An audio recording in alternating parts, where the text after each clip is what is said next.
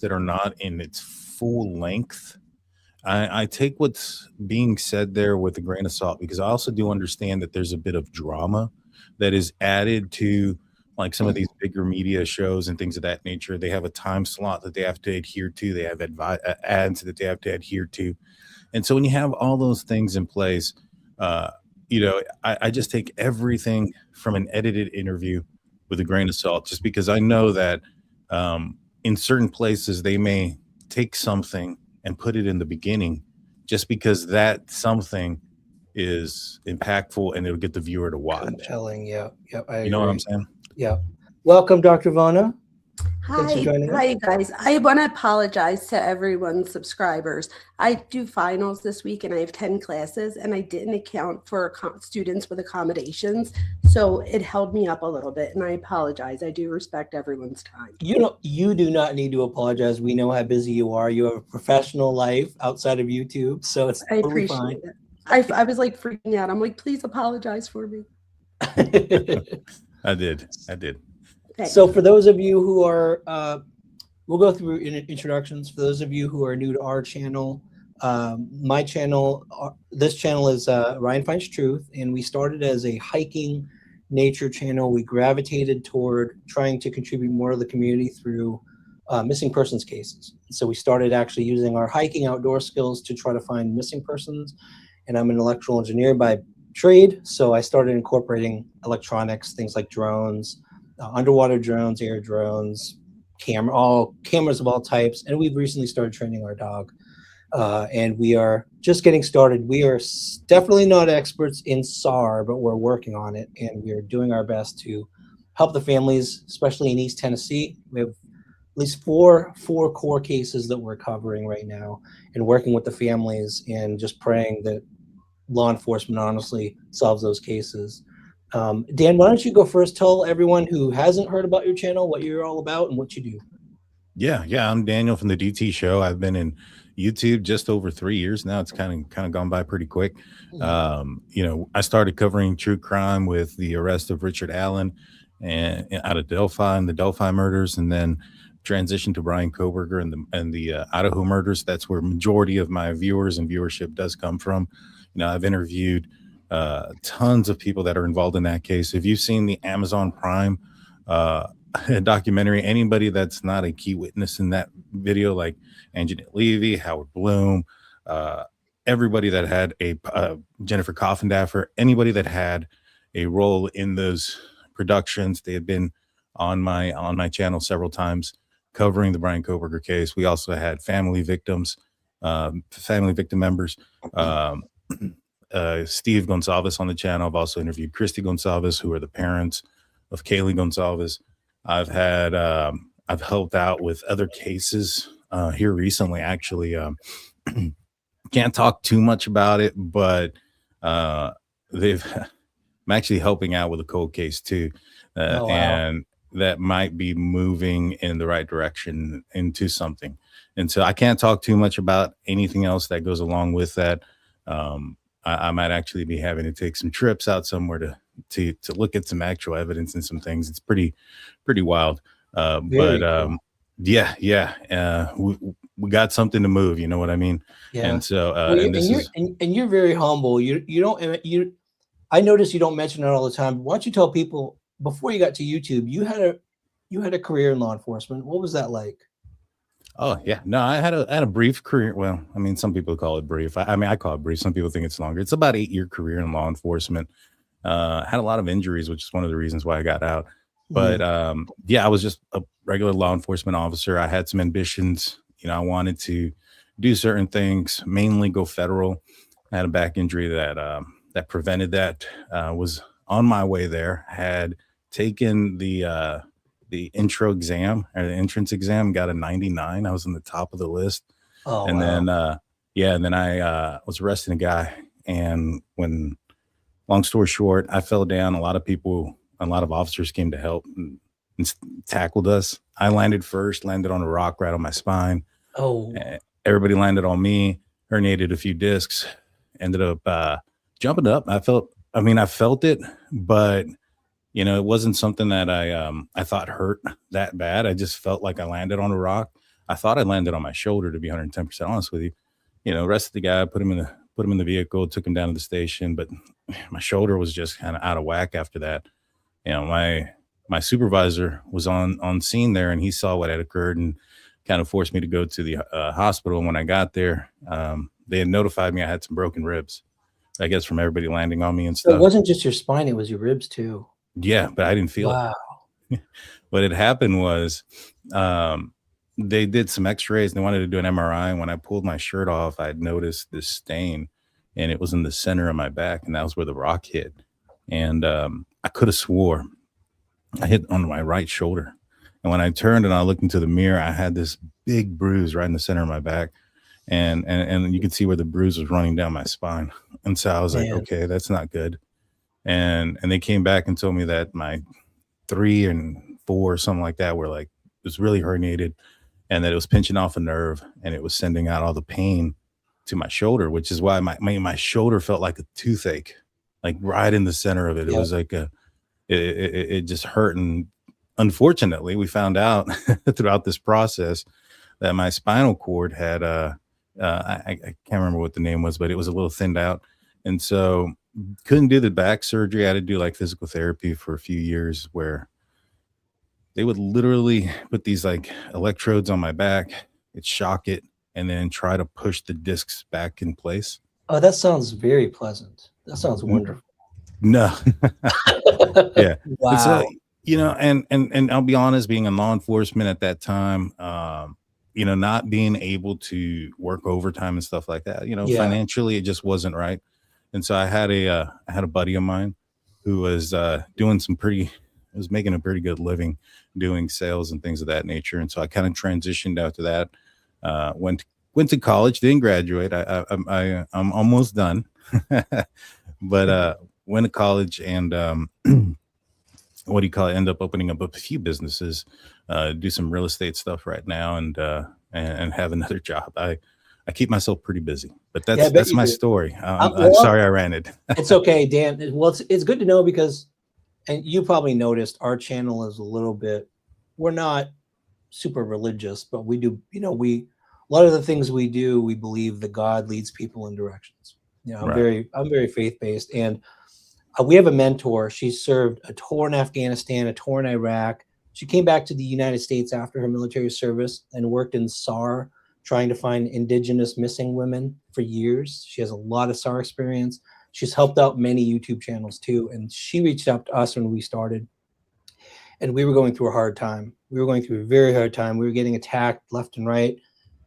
As you know, anyone who covers a Someone Wells case comes under attack immediately. It's something about that case. She had a long phone call with her, and she said, you know what?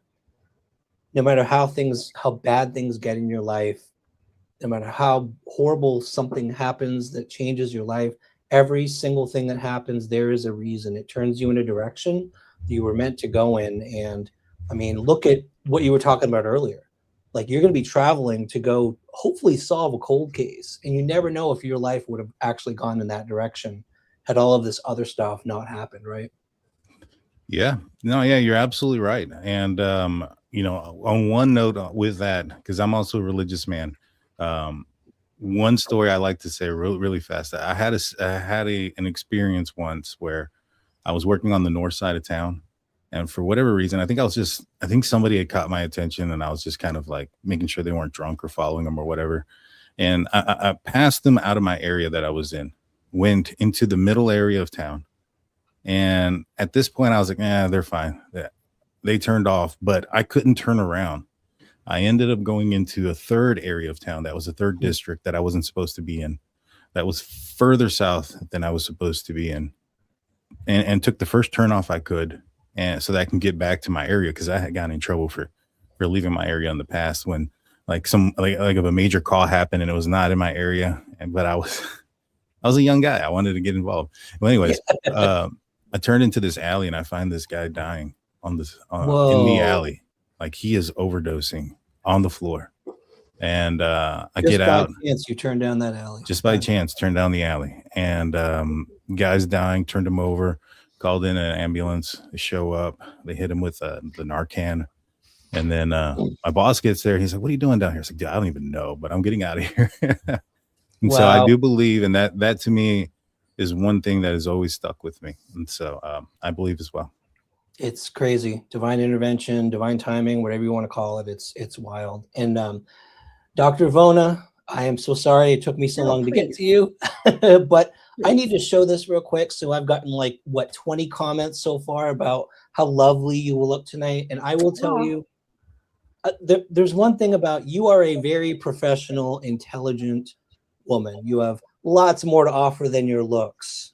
We all know that. Thank you. But a lot of people are highlighting how lovely you look tonight. So I'm just highlighting Thank that. you guys. You know what I think it is? One of my lights are out. So I think maybe my lighting is too bright when I do it. So maybe you guys are talking about divine intervention. God was like, listen here, you got to shut that light out so you could get better. You know what I mean? Perfect So lighting, yes. there you go. So I think I just got the lighting right finally. That's all. Thank you Yep. guys. I appreciate that. So, So Dr. Vona, I have binged watched your channel over the last week, and I've noticed you've gotten more popular. You're getting asked to be on different channels. You've covered Summer Wells a little more recently, which I'm excited about. For people who have never come across your channel, could you tell them a little bit about who you are, what you do? absolutely. So I'm Jaime Vona. I have my bachelor's and master's in counseling psychology, and I have a specialization in marriage and family therapy. And then I have a doctorate in educational leadership. And I did my dissertation on the effects of social media on the identity development of 18 to 24-year-olds. So, and right now I'm trying to get one of my chapters published. So that would be like so amazing. That's like big time when you're in academia. I've been on YouTube since like the summer. I just decided to jump in. I was done my summer class by June and was like, oh, like I had to go down the shore. My daughter's working down there for the summer. I'm like, I need something to do. So I'm like, let me try this YouTube thing. And I love it. So I love it so much. This semester, I'm teaching 10 classes. So I had my classes before I started YouTube. But for next semester, I have like 8, which is like a lot less, believe it or not. Okay. But I was able to schedule them differently. So now I'm going to be doing some more from home. So I'll be on YouTube a lot more. So hopefully that's a good thing. Apparently you're a workaholic according to the commenters. So I really am a workaholic. I work Monday through Thursday. I work 8 to 8. That's why. But today I'm giving finals. So I thought I would be done a little bit earlier, but I wasn't. So that's why I felt so bad. You do have an impressive resume. I think that's why everyone wants your input on a lot of these cases. Oh, and I forgot the biggest part, you guys. I'm a professor. I'm a research psychologist. I'm a professor, and I've been teaching. Oh, just that little 22 thing. years. I know, but I totally forgot that part. I've been teaching for 22 years at the college and university level. Yep. Plenty of experience to offer. And tonight, like we talked about last time, this is going to be really interesting, especially to me, because we've gotten input in the Summer Wells case. I will say this real quick too. This is a disclaimer for everyone. The Wells parents, Summer Wells parents, have been attacked and they've been supported. There's like 50-50. The audience is, you've got half the people who are diehard, they're innocent, leave them alone, stop attacking them. And you've got the other half of the people who are like, they're serving Satan and they need to go to jail right now. Like there's no middle ground. It's like one side or the other. And our channel, Ryan Finds Truth, we've tried really hard, and we do this with every case, is we're trying to help find missing people. And we try not to accuse. If nobody's been charged, then we're not going to accuse them. We'll try to be really careful not to accuse them. However, if we're going to do an analysis on their interviews, and we may get into topics that people are going to assume we're saying that they're innocent or guilty. And I just want to make it very clear to everyone, this is a behavioral science, psychology analysis. This isn't Dr. Vona or any of us saying that they're guilty or innocent. And I have to say that especially now, because we are now, after 2 years of covering this case, never talking to the parents, never having any contact with them. We thought they didn't want to talk to us. We are now talking to them. So I want to be really careful about what we claim to say. And they know that we don't say they're innocent or guilty. They know we're in the middle, but I just want to be careful tonight with taking sides. This is a complete scientific analysis, which you have to be unbiased and fair. And you have to go, we may go either way. We may go in the direction where Dr. Vona says, hey, feels like they're guilty. Well, that's just a scientific analysis. That's not an accusation. I Is that fair, wouldn't Dr. accuse Vona? anyway either way. What's that? I wouldn't accuse anyway because I wouldn't know for sure. So I feel like that would be premature. Agreed. And I was talking to Dan earlier. I wasn't sure where to start. So have you seen the Dr. Phil interview yet, Dr. Vona? Wait, I'm sorry. I thought you said Dan. What did you say? I No, apologize. I was talking to Dan earlier. Sorry. Have you seen, Dr. Vona, have you seen the Dr. Phil interview with the parents yet? Is this your first time? No, I have not seen it. I purposely didn't watch it because I wanted to blind react so that I wasn't Awesome. coming from a biased Good. point of So view. this is actually a reaction video then, a Dr. Vona reaction video. I like that. Very much so. I think what we're going to do is, the way it was handled on Dr. Phil is episode 1, he interviewed the parents, but it was, and both Dawn and Candace are on stage, and you'll see this where he's talking to them about what happened. But the behavior panel, couple of psychology experts, behavioral experts, had done full interviews with Dawn and Candace beforehand. Okay, so I wasn't sure whether I should start with the full interviews or Dr. Phil, and I think I'm going to warm you up first with the Dr. Phil because it's not quite as intense, and it gives you a little taste of their personalities on stage. I think you'll find it fascinating. So I think that's where we're going to start. I did find the full Dawn Wells behavior panel interview, so that's going to be a little longer when we cover that, which is great because I'd love your insight there. Candace's is very short. I'm just going to tell you right now, she walked off stage, she just left, and you'll see that happen. So it was a shocker for everybody. And the topic in question when she walked off was also, I would also like to get your input on that, what they were talking about. Absolutely. I'm down. Yeah. All right, get started. Let me find the right timestamps. I've got all of them logged here. It starts off with Dr. Phil asking them to tell him about Summer.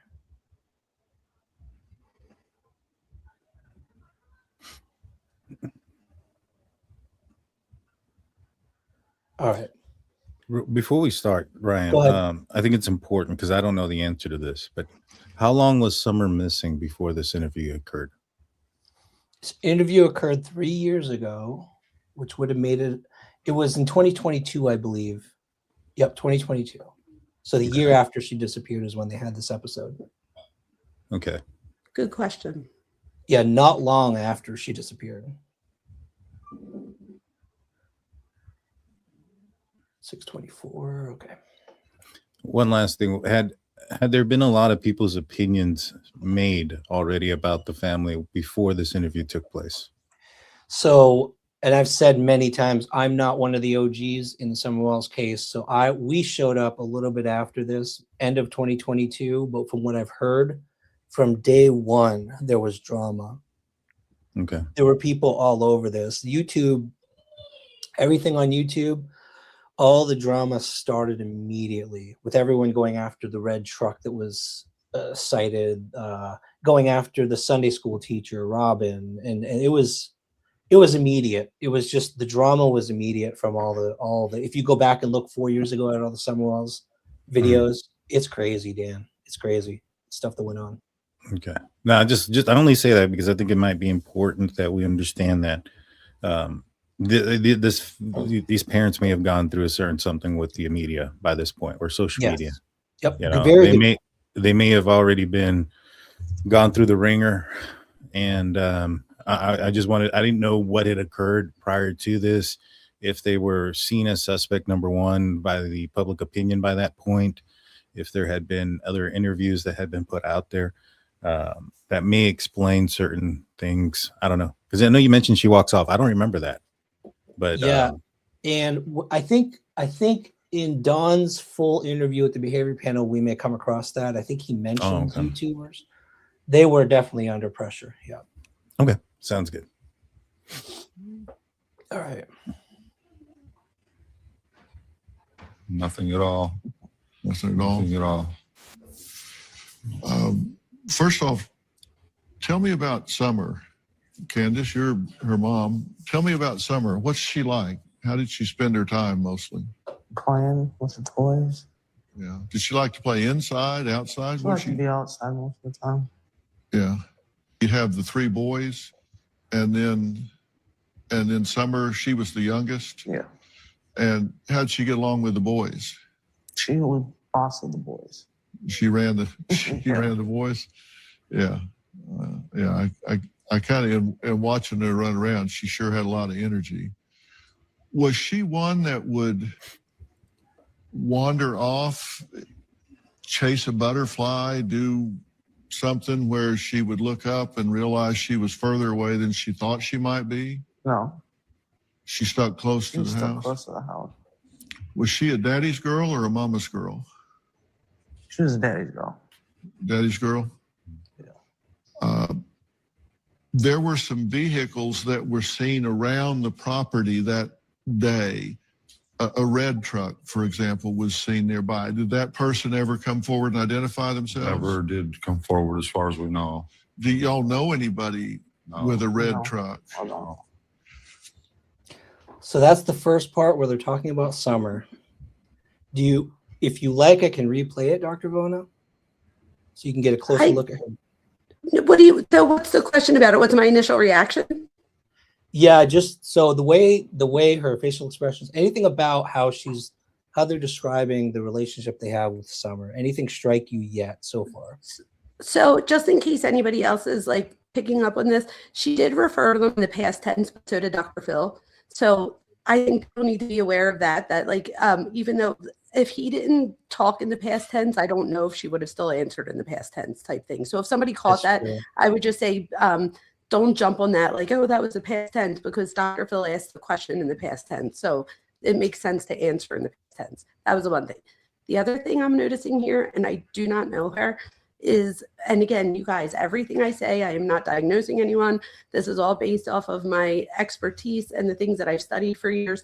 I see trauma all over her, and I feel like it looks like she gets defensive, but I feel like she has her own trauma. So pre this, and I almost feel like she's like in a state of she's feeling traumatized, which could be a reason that she walks off eventually, but I don't know. Yeah, her expression, a lot of people took it as guarded. Did you take it that way?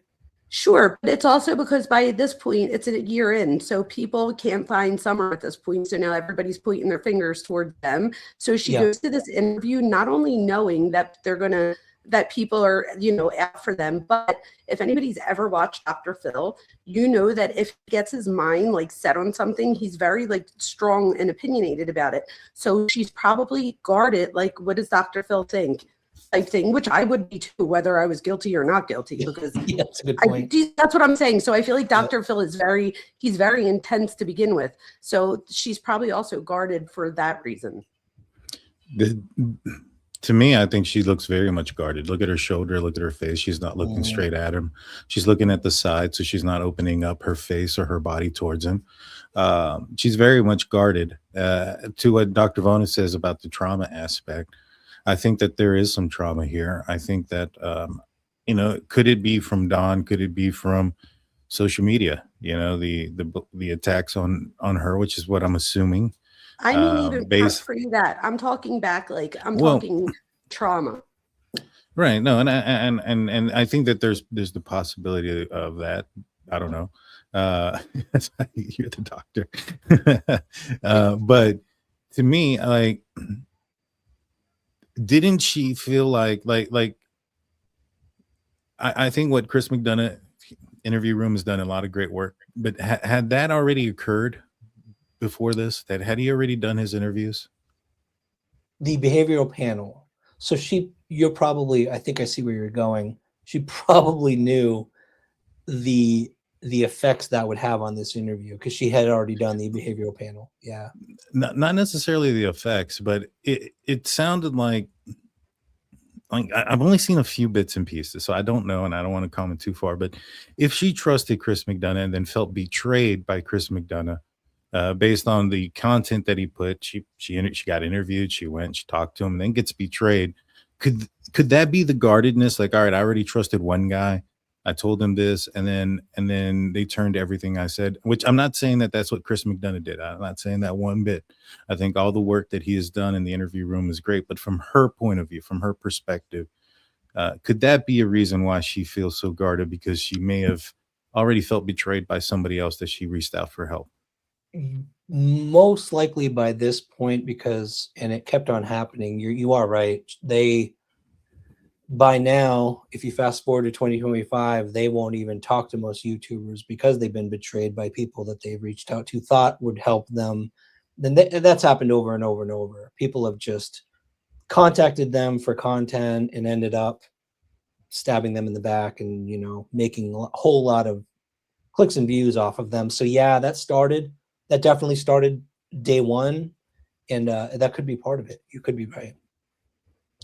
One thing I was wondering, Dr. Vona, so I know nothing about diagnosing anything for anybody, but we do have a daughter who has a mild, we call it, she thinks she has a mild form of autism, which is like, our daughter doesn't have a whole lot of facial expressions. When she's happy, we don't know. When she's sad, we don't know. You know what I mean? She's got this blank. And I was wondering if, even in this little clip, when she's talking. Might be. No. She stuck close to She's the still house. close to the house. Was she a daddy's girl? Do you see any sign at all of that in Candace? Does she reflect any kind of? The hard thing about that is when it comes to autism, there is such specific and like extensive testing that one goes through. So they go through cognitive testing, but there's also neurological testing that's done today. So to just know from like a brief few seconds from an interview, I wouldn't be able to tell. That would be totally speculation. But I do think that now that you said it, I will, look out for if I see anything. But I mean, so far, I don't think I could really tell from the amount of time I've seen. Yeah. That's one thing I noticed, and I've seen her, we've met her in person, and that's one thing we always notice is very little emotion reflected most of the time. So Travis says flat affect, and that's the name of the symptom. It is flat affect. So when you can't tell, so Travis, you're right about that. The thing is that flat affect is a symptom of many disorders. So it could be a symptom of schizophrenia. And again, I'm not saying this is what she has. I'm just saying it could be a symptom of many different things. So I would just be speculating if I picked something and said da-da-da. Okay. It's this. Do you see what I mean? That's fair. And I think I'll be interested once we get through this, once you see more of her interview, if you have more input or more thoughts on that aspect of it, because that's one thing we've always noticed. Okay, let's continue on. We were at 7:48. Also, abuse, your own childhood abuse. Again, I don't know if she's had any, but that can also cause the flat affect.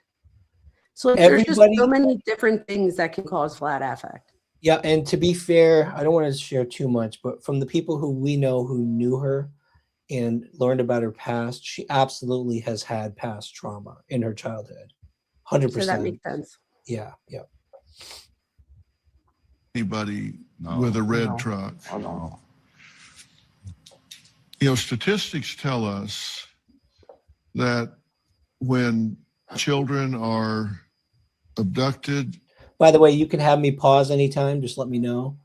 This put my hand up or whatever. I'll do like a hands up type thing. Yeah, because this section is about a minute or so. So feel free to just pause and give your thoughts. Or molested, or in any way victimized. It's very seldom by strangers. It's a friend of the family, a family member. It's somebody that has access to the family. Do you have any idea, any concept of anybody that would have had knowledge of your property, how to get down that road, how to do anything that and I'm not asking you to name somebody here, but is there anybody that comes to mind that might have seen some or targeted her in some way?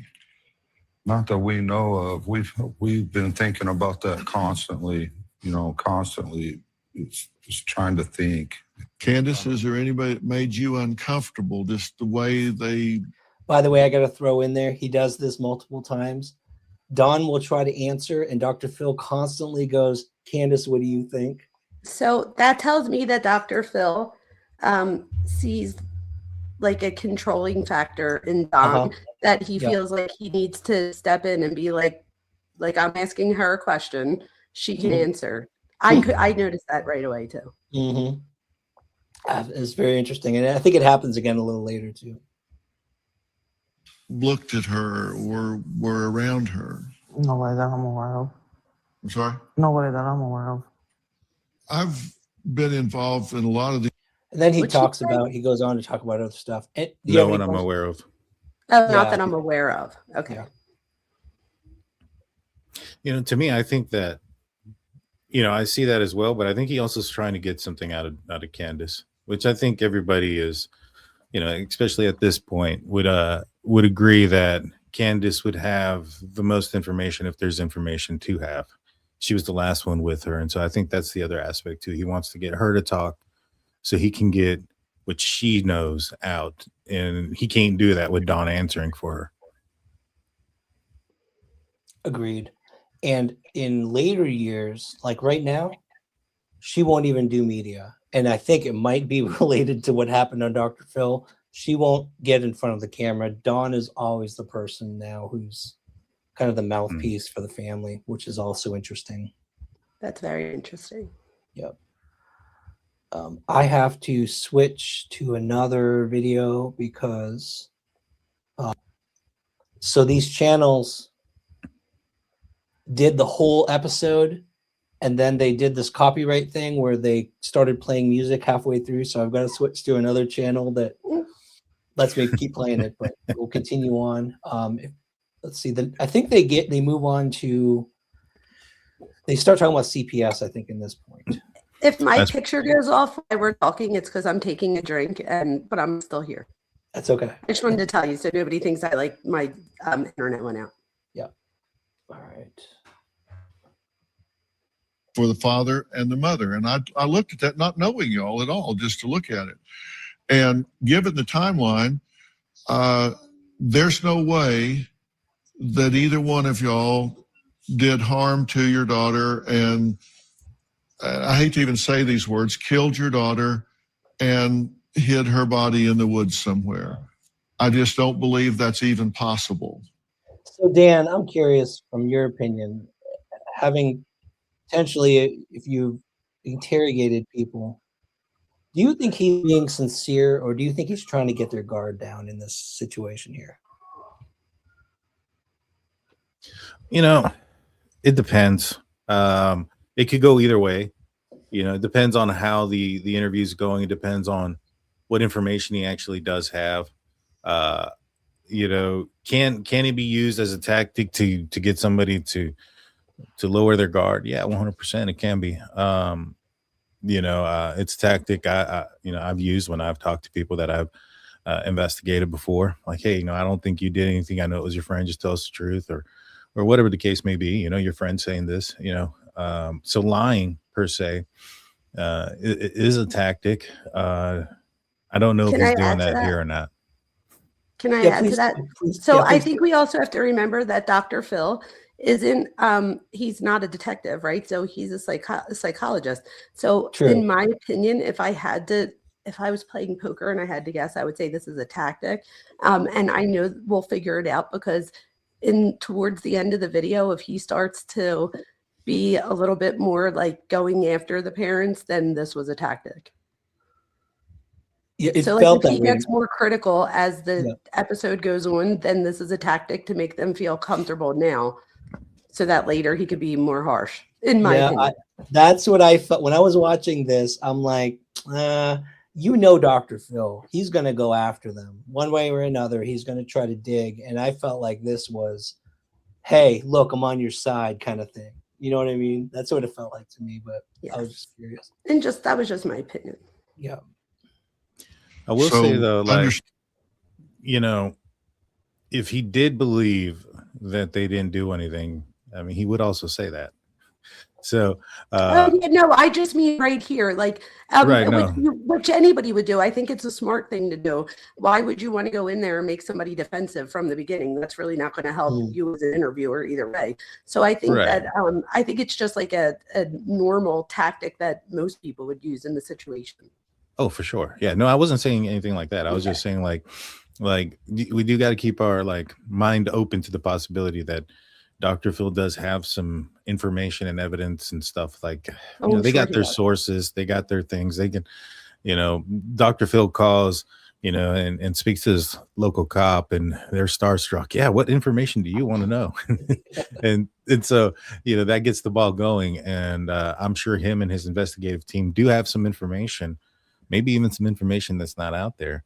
And so just to take that with a grain, you know, I don't know at this point with what he's saying, but yeah, it could go either way right now.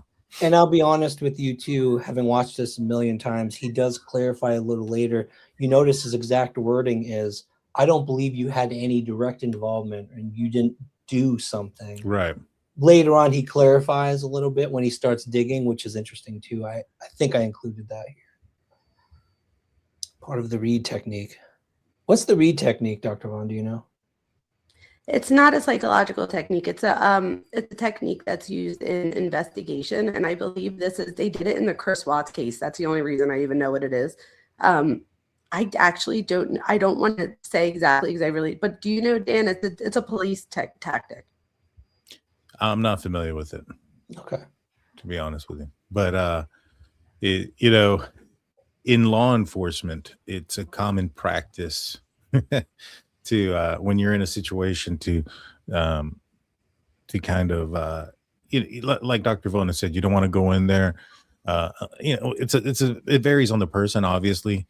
You know, some persons, you know, you want to get them riled up, you want to get them mad because, you know, then they might, you know, just say something, you know, out of frustration.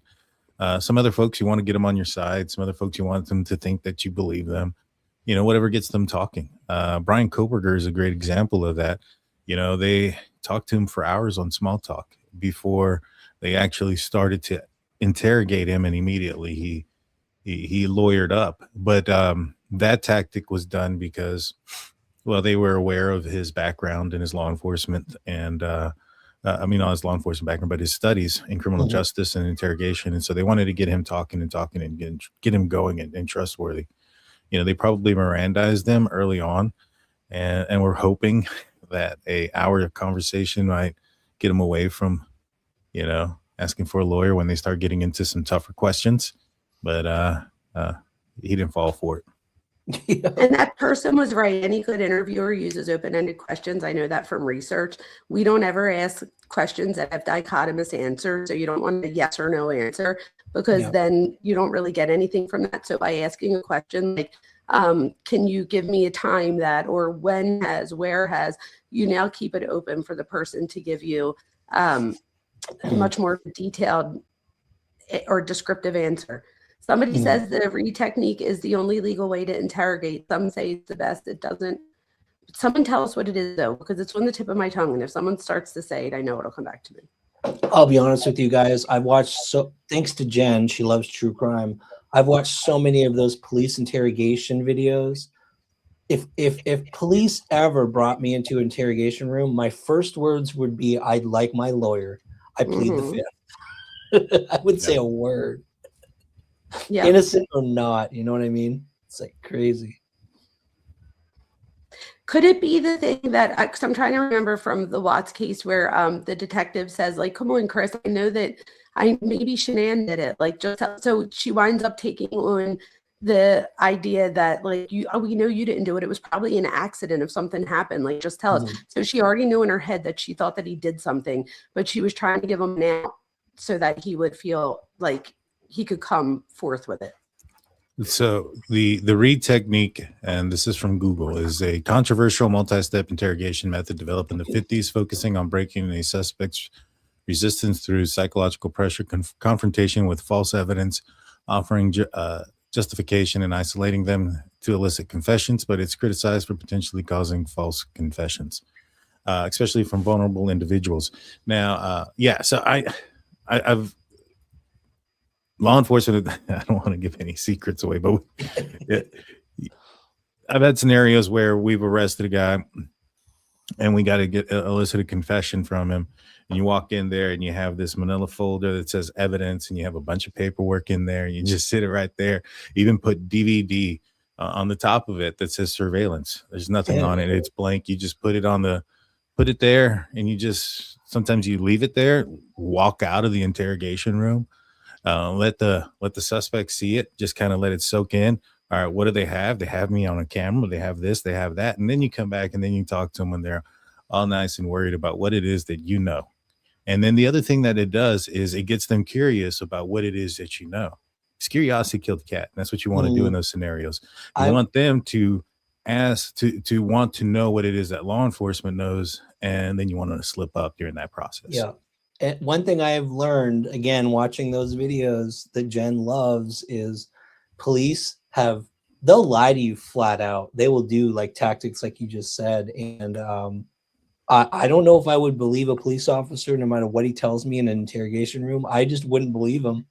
Be like, I have witnesses who've seen you at the crime. I'd be like, yeah, right.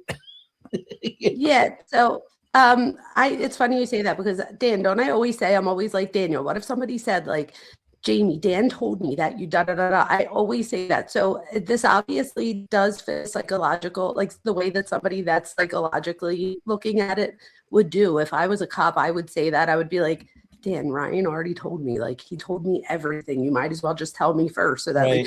And it's like, if you're good at it, I guess I could see why it works, but I could also see that if you're good at it, why it could cause a false confession or false information too. It can. You know, I had a guy one time that I arrested, or I didn't arrest him. I detained him. He hadn't been arrested yet.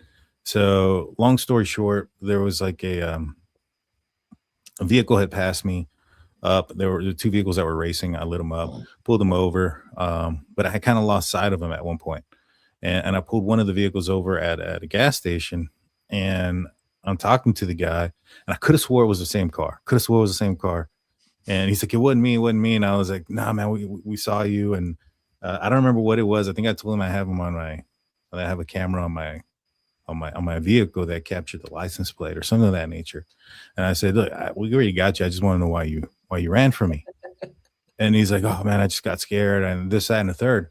I was literally about to hook him up when somebody on the radio, the guy that did run from me, crashed a couple blocks away. Oh my gosh. And this dude's like, yeah, you know, he was ready to confess. He was ready. He already told me it was him, you know, and this was like really, really long time ago. So the only thing that I remember telling him was like, I have you on my camera, on my dash cam, and I have a picture of your license plate. So I know it was you. And he was like, when I told him that, he was like, oh, all right, man. I was just like, all right.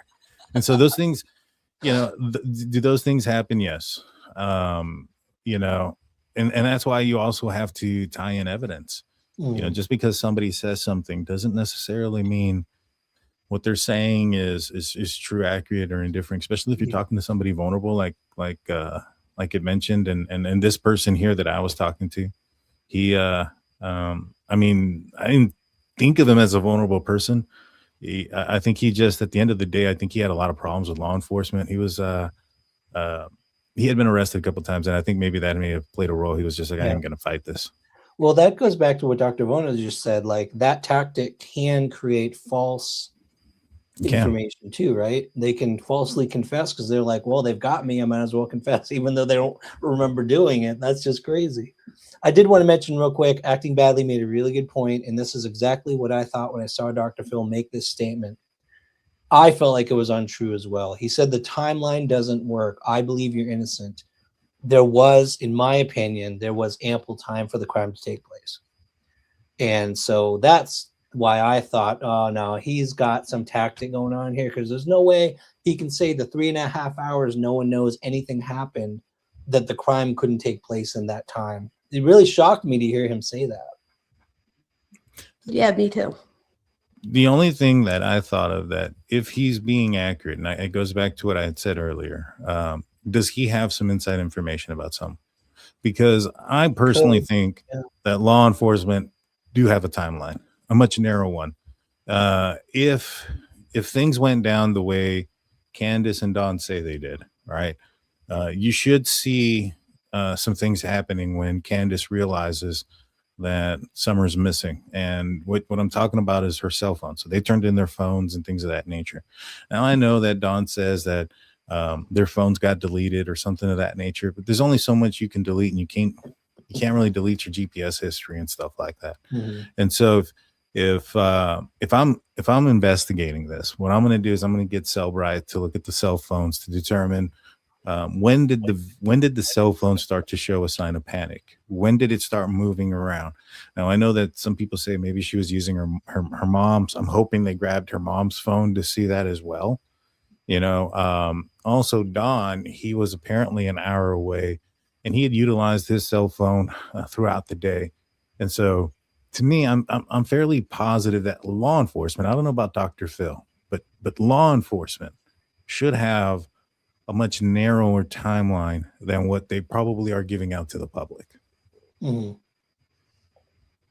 Probably. I don't know that Dr. Phil would know that information. I could be wrong, but like you were saying before, I mean, you could call and somebody could be starstruck, so they could, but I don't know. I would think that the cops know even more than Dr. Phil would, but I'm not sure, because we also have to remember this is a TV show, so we have to make it a little bit like dramatic so that people tune in type thing. So, and we know that at the time it was very controversial then, just like it is now, to pick a side either way. So the fact that Dr. Phil says it here, and then somebody says in chat that later on he says that he thinks Candace knows more than what she's saying, that just says right there that he is using this as a way to get them to open up more, because he goes harder on them as the time goes on. I do. I think that's what he was doing, and that's exactly he implies later that he literally comes right out. You'll see. I believe I included that here, where he just says, "I think you know more. I think you know more," and then he starts digging. So you'll see that in a minute. I don't know if it's right after this, but we'll get back to the video here, and about another minute left here, and then we can stop again. Stan, I'm not sitting here wondering if you killed your daughter. Awesome. I'm not sitting here wondering if you killed your daughter. Thank you. I don't think that for a second. And I'm saying She's that not buying publicly here. So if people are wondering what I think, that's what I think. I don't think you did that. I don't think you did that. And I assume I'm correct about that. You didn't do anything to hurt your daughter. No, sir. So it's funny. He goes, "I believe you didn't do anything," and then he immediately goes, "You didn't do anything to hurt your daughter, right?"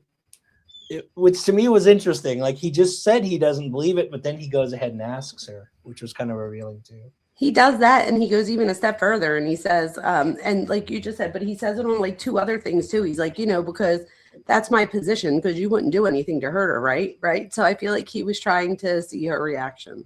Yeah. Yeah, he even got pretty close. He leaned into her too to see what her reaction would be. Body language tells a lot, doesn't it? It's fascinating to watch. Mm-hmm. You didn't do anything to hurt your daughter. Did he do anything to hurt your daughter? No, sir.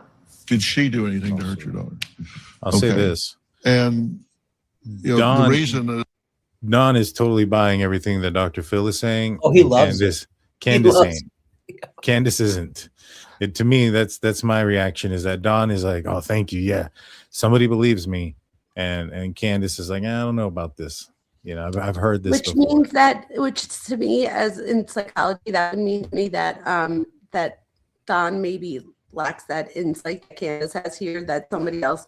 This is the thing. If somebody, and I don't know Don well enough, but if he is, and again, I know people are like probably going to be like, "Oh, she always talks about personality disorders," but the truth is, when we're talking about these crimes, a lot of the players in them often do have personality disorders. But let's say Don in some way has antisocial personality, or what people know as like psychopathy, then he wouldn't know. He would think that Dr. Phil, he would take him for his word there, and like you said, he would be like, "Oh, he believes me," where Candace is like a little bit more hesitant about that. So I'm curious to see how Don continues to act as it goes on. Yep, it's fascinating. Interesting.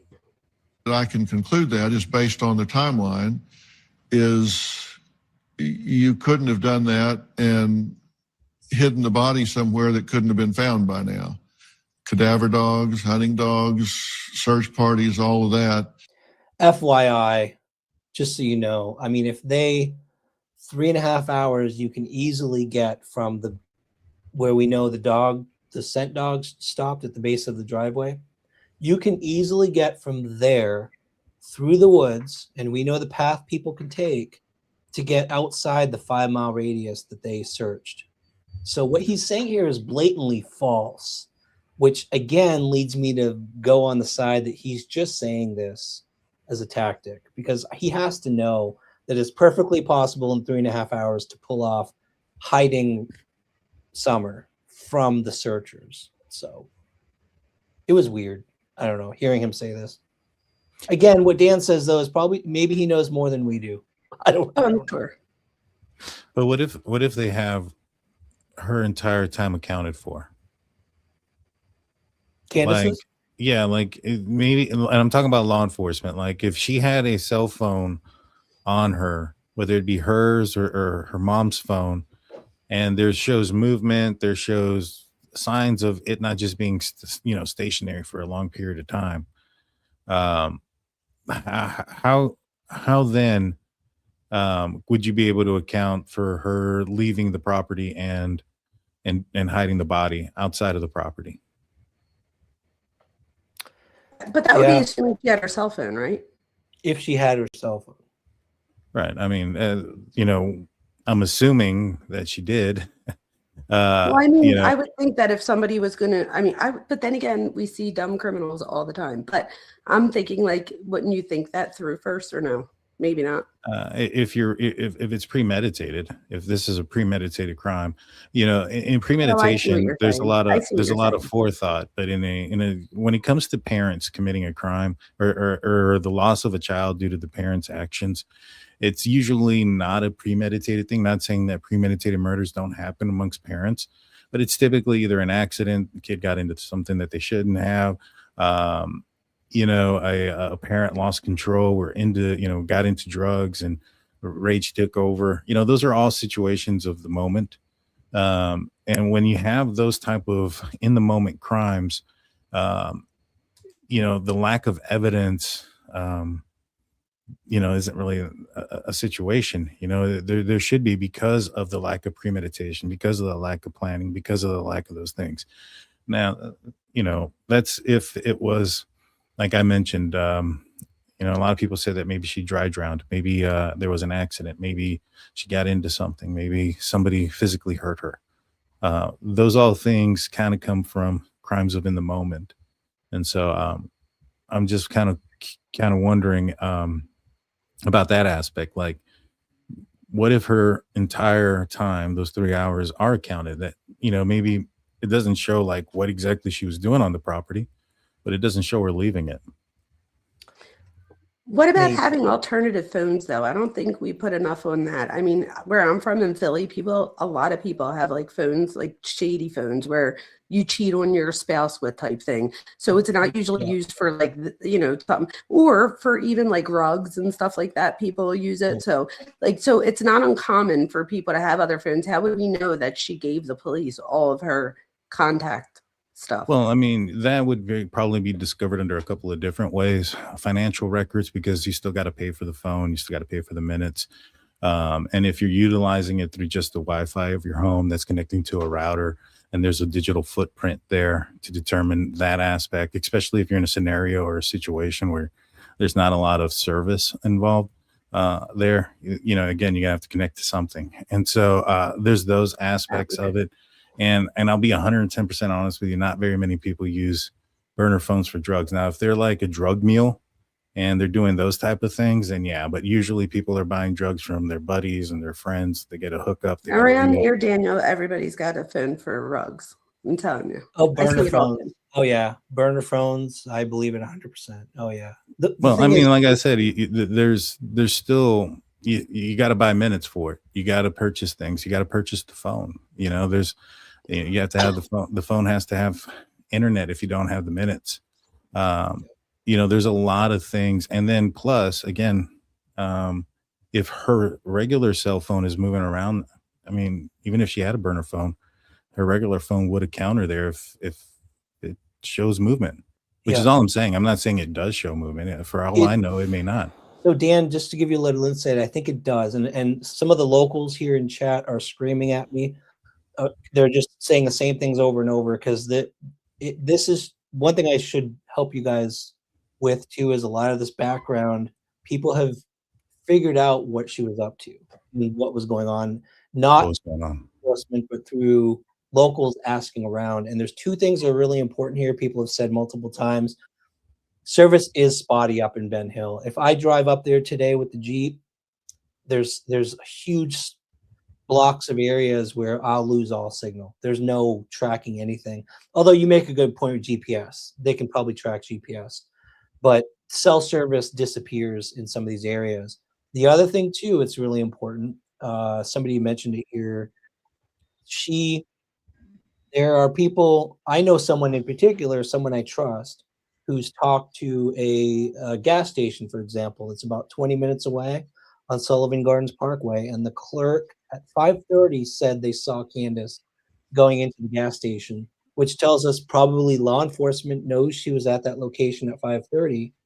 Other people around 6 or 6:30, I know when Andy pulled in at 6:30 or so, he met Candace there. So she was at the property, but not through the entire, if you believe these witness statements, she was also running around all over the place. One person said they saw her at Light Hollow Road.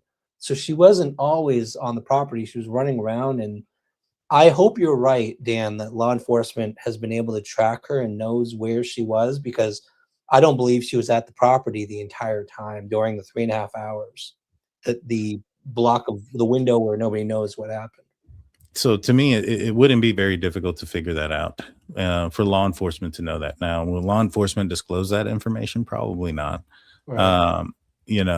But to me, it would not be very difficult.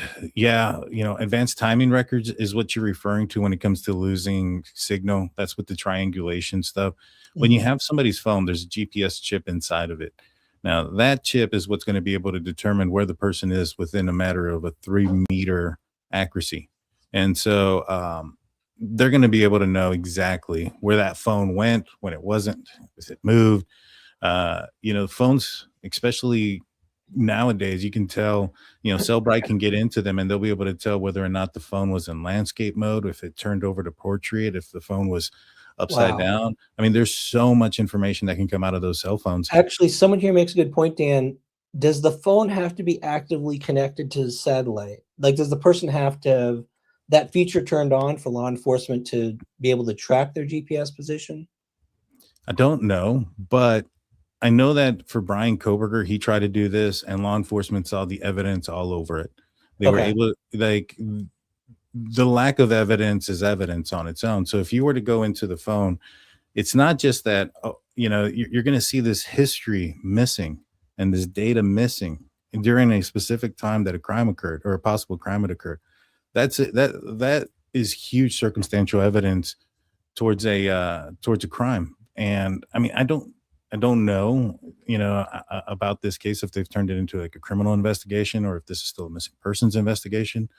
But if there was these deletions in time or deletions on their phone like that, that's evidence of a crime, that of at least the cover up aspect of a crime. And so, it wouldn't be very difficult. It wouldn't be very difficult to figure it out and to have them arrested. I mean, I know a lot of people say, well, it's because they don't have a body or those type of things, but you don't necessarily need a body to make an arrest. You just have to have the evidence of the crime to have been committed. And like Emmanuel Haro is a great example of that. A little boy out in California who went missing. Parents tried to come up with some bogus story that somebody came up to him and hit the mom and then stole the kid. And now the father's been, he's already pled guilty. And so they've never found his remains, or a murder scene or any of those things. So to my knowledge, at least. So I just feel that law enforcement should know the answers to these questions. It's interesting. I never thought about what you said either, that lack of evidence is circumstantial evidence. They Oh, turned yeah. off their phone. That's interesting. I never thought of it that way. Yeah. And so in this scenario, and I think somebody mentioned it too, like the Gilgo Beach serial killer, Rex Humerman, he utilized cell phone data or burner phones to taunt the victims of his family members. Once they figured out who he was, they were able to track down those purchases, track down the phones, and in fact have a video of him going into the store and purchasing the burner phones. And so there's always a digital trail. There's always a trail. The thing is, that would be assuming that they had the phone. That's all I was saying. Like, that would be assuming that they had it. If they never, let's say I have a burner phone and I was able to like throw it in the river before you ever asked me for my phone. Then yeah, but they found Rex it. Humerman's without. I don't think they had his. Well, no, he got caught eating pizza so they were able to do a search warrant right there. So I think they got his because they happened to be able to arrest him with a search warrant and they got it. But I'm saying, what if let's just say, I'm not saying this happened here. I'm just saying, I'm thinking of the people in my neighborhood, what they would do. Before they called 911, they would have gotten rid of that burner phone. That's all. I'm just trying to think like a criminal. That's all. Right. But thinking about it through the lens of law enforcement, it wouldn't be very difficult to uncover the purchase or the use of a burner phone, especially in their area. Now, I'm assuming they, I don't know if you know the answer to this, Ryan. Do they have like some sort of internet service at Don's house? So yes, because I know they've been on YouTube plenty of times, so they obviously have internet service. But they've always said cell phone service is spotty. So, well, I'm just wondering if they're connected to like a router or something like that, and especially if cell service is spotty. So if you have a burner phone, your service isn't going to be better. You know, usually it's worse. Did on they those burner collect the phones. grandmom's phone? I don't know. I don't know. It's a good question. Because I if would they have. used grandmom's phone, I would have too. I would hope so, but I don't know if they did. I've only heard of specific people mentioning they got their phone dipped, and that's Hunter had his phone taken away. Hunter's the juvenile who was with them that day, and then Fred Hill, the neighbor, had his phone dipped. Those are the only two I know about. No, poor Fred, the one that I called the panty dropper. I do want to publicly apologize to him. I felt bad after I said that. Yeah. So if they're taking their phones, if they're taking Fred's phone and they're taking Hunter's phone, I'm like 99% positive they're taking somebody who was on the property during the time of the disappearance. Yeah. You get what I'm saying? It just doesn't make any sense not to. Yeah. I didn't know they took the other kid's phone. Dipped means they essentially take an image. If you're not into IT, that's like taking a snapshot of everything on the phone. They take a complete mirror image of everything on the phone. Oh, like a forensic download? Yeah. That makes sense. Okay. Let's see. We have 15 more seconds on this section, and then we'll move on to the next section here. You couldn't have gotten far enough away before authorities and search parties and everybody got in there. The question that I'm then left with is, do you know something about it that you haven't shared? There's the drop, right? There's where he dropped the next question. And so the next section here is where he continues on that veil. So this is where you see him start digging in a little more. Like this to me was really interesting because now he's starting to dig into, okay, I think you didn't have direct involvement, but you know something. 1826. Which is a way of him not being a liar, that he says that he doesn't believe she did anything. Yeah, it was subtle, but it was still to me a very tricky tactic. It was tricky, you know. Okay, here we go. Know something about it that you haven't shared, something you may not even know you know. You may not, there may be something in your mind you don't even know you know, or you may know something that you haven't chosen to speculate about, or you haven't chosen to tell. And that's what I'm really focused on right now, because you're in the best position to know what could have happened. If you had to speculate, what do you think happened? I have no idea what happened. Well, I don't. You have to have some idea, because you took your daughter in the house and you never saw her come out. Right. Something happened. I don't know what happened. She just was gone. But she didn't just vaporize. Someone had to take her out of that house. And we know it wasn't you. We know you didn't do anything to her. Right. So is he backpedaling now? He pushed a little hard and now he's backpedaling, right? He's like, but we know it wasn't you. I'm just. So that's Do you that think it's- technique. What's that? That's that technique that I was saying with Chris Watts too. He's doing exactly that. So it's like, I know it wasn't you, so just tell us who it was, or it was an accident. Like, so it's almost a way of giving somebody a way not to rationalize it, but to not feel as guilty for it, so that maybe you'll say something. Is what I'm feeling here. It kind of reminds me of like what I said earlier, where you say, hey, and you kind of mentioned it too, Ryan, where you said, you know, I wouldn't believe anything that law enforcement told me if I was in an interrogation room and they said something, you know, your buddy said this, and you say, yeah, right. You know, what I would tell you is like, well, let's see what your buddy believes about what you may have said. Because whoever gives it up first is the one getting the deal, right? And then I start to walk out the door, making you feel like, oh, if I don't say something, my buddy might go say something. And if he says something, he might blame it on me trying to get a deal. Yeah. And so that's how that circle works. Yeah. I don't know. Do you feel like her reaction here, the way she responded right here? Have some idea because you took your daughter in the house and you never saw her come out. Right. Something happened. I don't know what happened. She just was gone. That response to me, like, I don't know. Do you get anything from her, the way she's acting at this moment? Is she manipulating, covering up, lying, or can you not really tell at this moment? What I get from here is the lack of what I get, right? So we're not seeing the whole picture. We can't see everyone's faces at the same time, which is one of the things I would like to do. I would like to see, how does Don react to some of these questions? I noticed they're holding hands, her and Don. Could there be more of a squeeze action when I like? There's just so many things, and I'm not saying there is, but I'm just saying by seeing a bigger picture, we would get a better understanding. Also, editing. How do I know when this was edited or how they edited it? What if this was edited to where this is her reaction to a different question? I don't want that to be 100%. So I would be just thinking critical and just ask all these questions. But let's just say everybody said, yes, this is exactly the way you see it. I would say, no, I'm not getting here that she's being manipulative.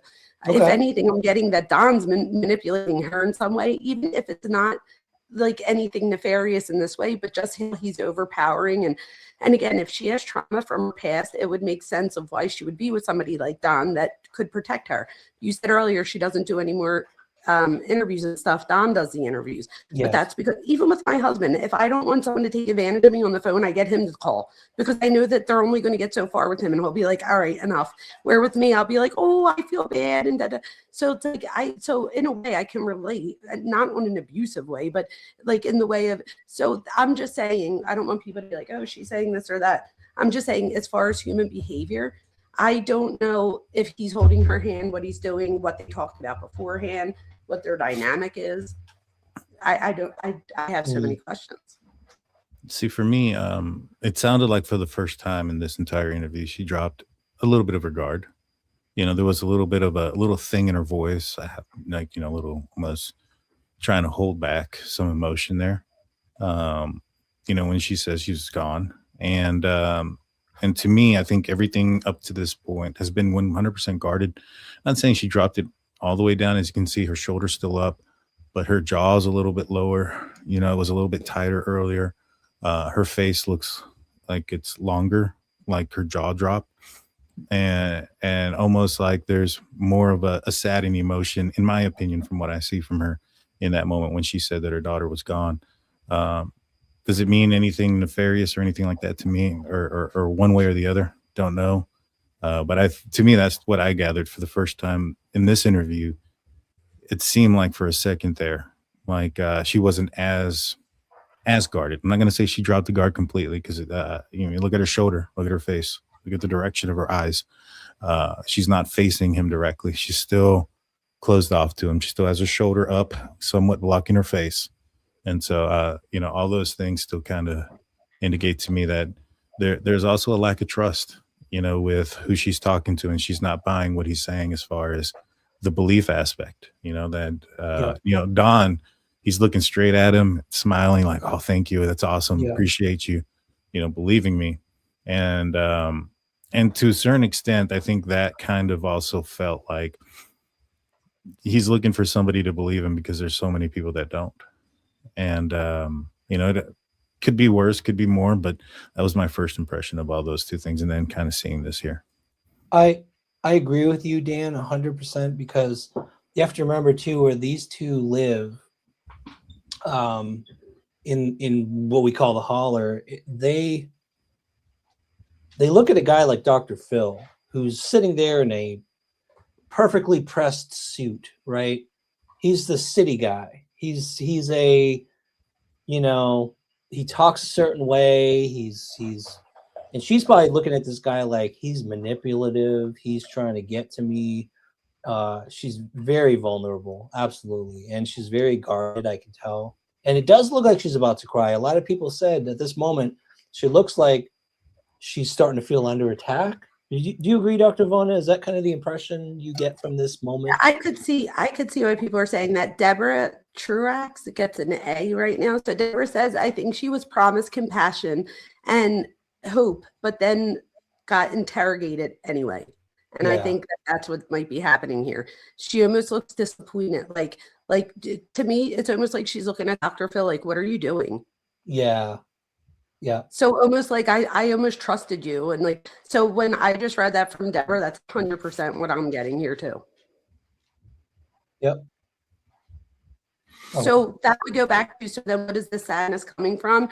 Is it coming from the loss of my daughter, or is it coming from the loss of the hope that I was promised before I got on the stage? And now I just feel attacked again because of my own past trauma. So I really don't know the answer between those two, but absolutely, that's what I'm getting. Okay. That's perfect, Dr. Vona, because I think she kind of says that in a little bit. Nuh-uh. Yeah. But she didn't just vaporize. Someone had to take her out of that house. And we know it wasn't you.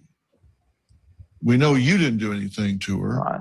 So if it wasn't you, then who was it? Let's rule you out. Sorry to Okay, stop we've it. taken you off the something. chessboard. Sorry, I caught something. So you know how I just said that I felt like she was looking at Dr. Phil. What the hell are you doing? I think that's why he says, we know it wasn't you. I think he also feels that. And that's his way of being like, relax. I know it wasn't you. Just go with me. Trust me here. Which would also be a form of manipulation on Dr. Phil's part. I agree. He's not to be mean to Dr. Phil, but every interview I watch, I always think, man, he's like master manipulator. He really is. And her response too of right, and kind of pushed back a little bit, kind of like, yeah, right. You know what I mean? That was the sense that I got. Yep. You're off the table. If it wasn't you, then who would be the next most likely candidate? I don't know. I wish I knew. Would it be someone, a stranger? Would it be somebody you know? I don't know anybody that would have did it. Then it had to be a stranger. Is there anybody you knew that has disappeared since this happened? No. That, they were around and then this happened and all of a sudden they kind of moved away or they've gone away somewhere? Oh, nobody that I know of. The only people that I know is the people I work with on a daily basis. And that's the only ones I've ever hung out with. I work all the time. And when I am home, I'm with my kids and her. And is there anybody that you've had dealings with that are shady that would do something revenge-wise just to get back at you, to hurt you, that you owe money or that? So they get into the, I think this is where we're getting into the cornbread mafia question, which we'll get to. But that moment, you did see that, you mentioned Dr. Vona, you wanted to see sort of the angle to see how they're, now look at Dawn now. All of a sudden now there's, you notice? Yes. He's this is comforting, right? Yeah, so this is to me classic. So Candace is looking at Dr. Phil like, I thought you were going to help me here. And now you're like coming at me. And by Don putting his arm on her shoulder, he's saying, don't worry, I got your back. I'm going to take care of it, which then goes back to when we're home. It's almost like that feeling of, can I do this without you? Because I need that protection. So it's like, then what would you put up with after that? So if I feel like I need you to protect me when I need protection, what am I willing to put up with to have that? That's an interesting insight. It's just insight. It doesn't mean that it's exactly what's happening. Yeah, their relationship is something that I've struggled with because I've heard through the years, there've been, she reported him at one point for domestic violence, and then Well, there you go. So now I'm even more sure of what I just said. well, and then it's been on and off, and then she takes it back. He never actually fully got arrested. She withdrew her claim, and he went back home.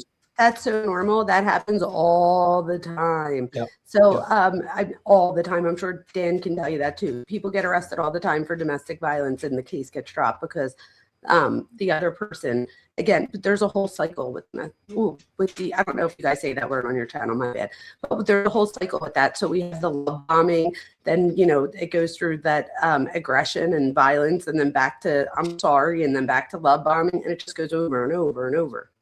Yeah. There's evidence throughout the years, not just that case, but we've got a neighbor, I think Jody Sue Brown even said she heard them fighting, and so we know it's true. We know it's been on and off, and they've split up and they've come back together, and it's just this, what you're describing, that cycle of. So why would you take somebody back that abuses you? And it would be because they make you feel safe at the same time. Mm-hmm. And this is his way of being like, look, I got your back. Literally, I got your back. It's almost like him feeling Dr. Phil like being predatory almost, and he's being like, don't worry, I got you. Yeah. Which is such manipulative behavior, if that's what it is we're seeing. The next section, by the way, we get into the cornbread mafia moment, and this isn't the big dramatic moment, but this is where he mentions what happened. And she does have a little bit of a reaction, but we're getting closer to that behavioral panel. And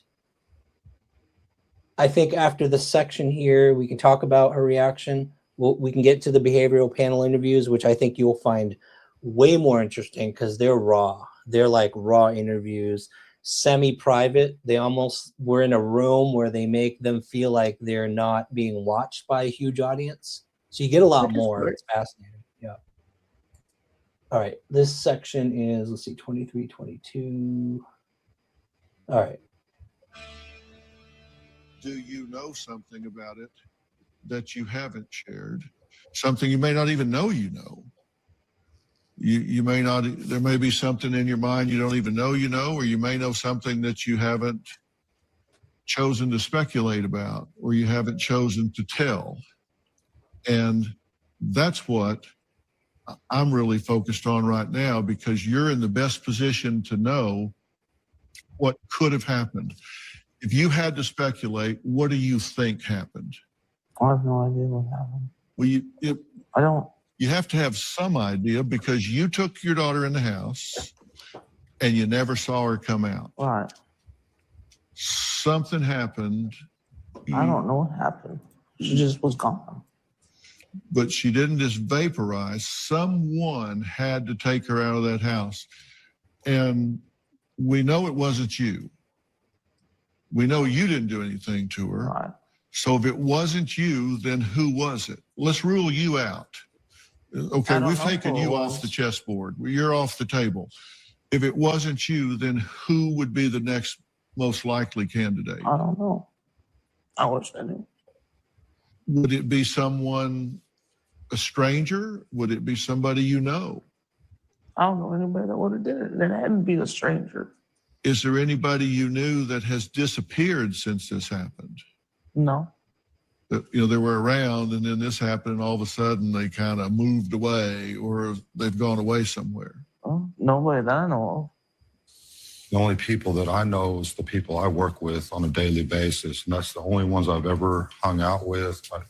I I work all the time. And when I am home, I'm with my kids and her. And that's, Is there anybody that you've had dealings with that are shady that would do something revenge-wise just to get back at you, to hurt you, that you owe money or that you had illicit dealings with in some way? We know that you've had some conflict with the law concerning drugs and different things. Is there anybody that you've gotten sideways with?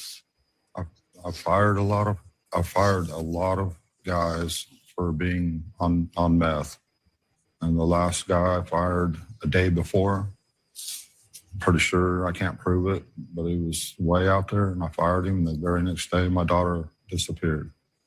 And the law, TBI's been talking to him and he's got an alibi where he was.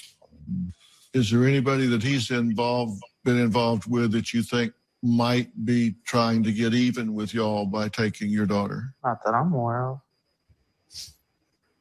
So Is there anybody that might be trying to get even with you?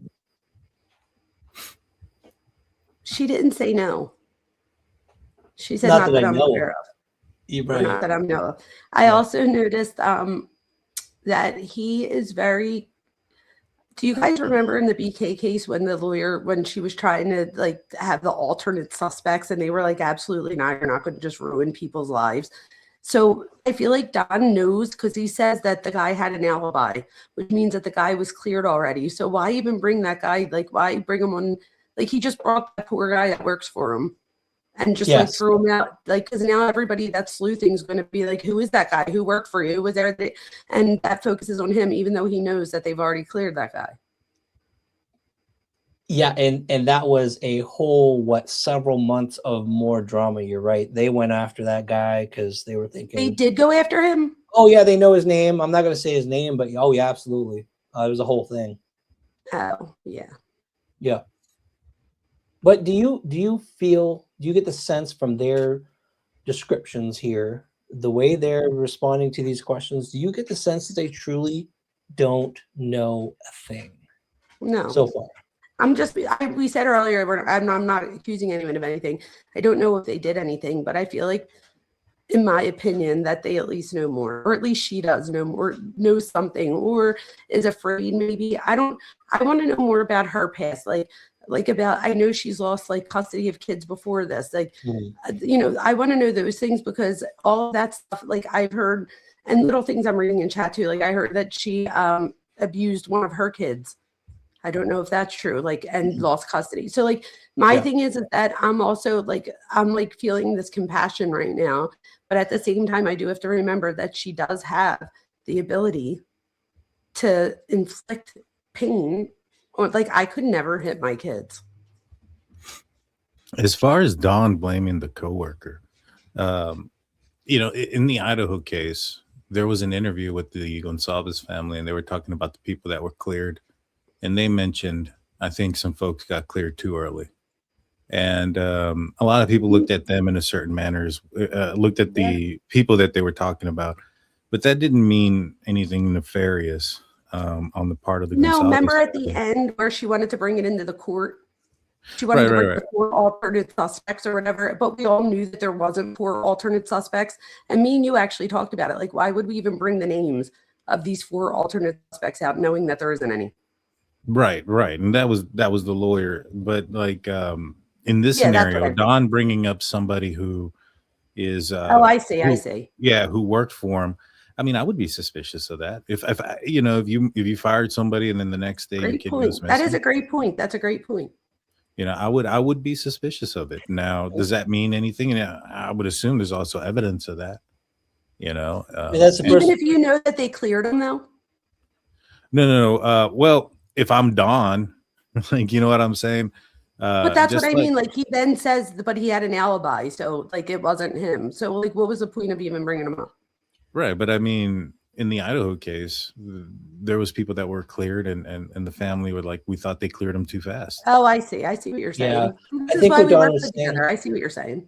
Yeah, what Don was saying was that he originally, because law enforcement, what's the first question they ask you? Is there anyone who could possibly have anything against you or anything, Right. you know, that probably would be the first name that would come to his mind. I just fired this guy. That makes sense. That makes total sense. Yeah. But at least he did say that he was cleared. So Yes, you're right. 100%. Thank you guys for Yeah. saying that. You're so right. Absolutely. I agree with that. okay, let's we're almost done this section, and then we'll get to the behavioral That would panel. try to hurt you by taking your daughter. I can't think of anybody. Nobody in the drug culture, nobody owed money, nobody. Oh, In our area, there's people that, you know, you got these boys and then you got these boys that you know, they're very prideful about, you know, kind of like, I guess LA, you got the Bloods and the Crips. Well, these are hillbillies. I don't know. But we don't associate with them. We don't socialize with them. We try to socialize with our church. We try to keep our kids in that church. That's our main goal. We try to stay completely far away from that kind of activity as possible. Well, but you haven't always. Right. When you guys sat down with Scott and Greg, they asked you about Okay, we'll get to that. We'll get to the actual. He did make a good point though to Dawn, and I mentioned this when I was talking. I actually talked to Dawn this weekend for about 30 minutes on the phone. And we were talking a little bit about. I can't remember why he texted me and he wanted to talk real quick. And we talked a Did little he bit know about- that you were going to meet with me and Daniel? He knows what I do, and I'm as surprised as you are that he's willing to talk to me. Although I I'm think not surprised. I'm not surprised at all. Why is that? You should be careful, really, because if he even knew a little bit that we might all be meeting tonight to talk about this stuff, and he knows that I'm a psychologist and Daniel's an ex-cop and stuff, like this might be his way of like making sure, because when you did open up in the show, and I'm just saying this is how things happen to us where we don't even realize that it's happening, but in the very beginning of the show, you did make a statement about how you wanted to make sure that nobody accuses him, da da da da da. I wonder if you would have said that same thing had he not had contacted you before the show. That's all I'm saying. And again, I don't think we do this stuff knowingly. It's all subconscious. But that would have like worked if you think about it, if he was being, just be careful as far as manipulation. That's all. I appreciate that. I think you're absolutely right. I think you're right.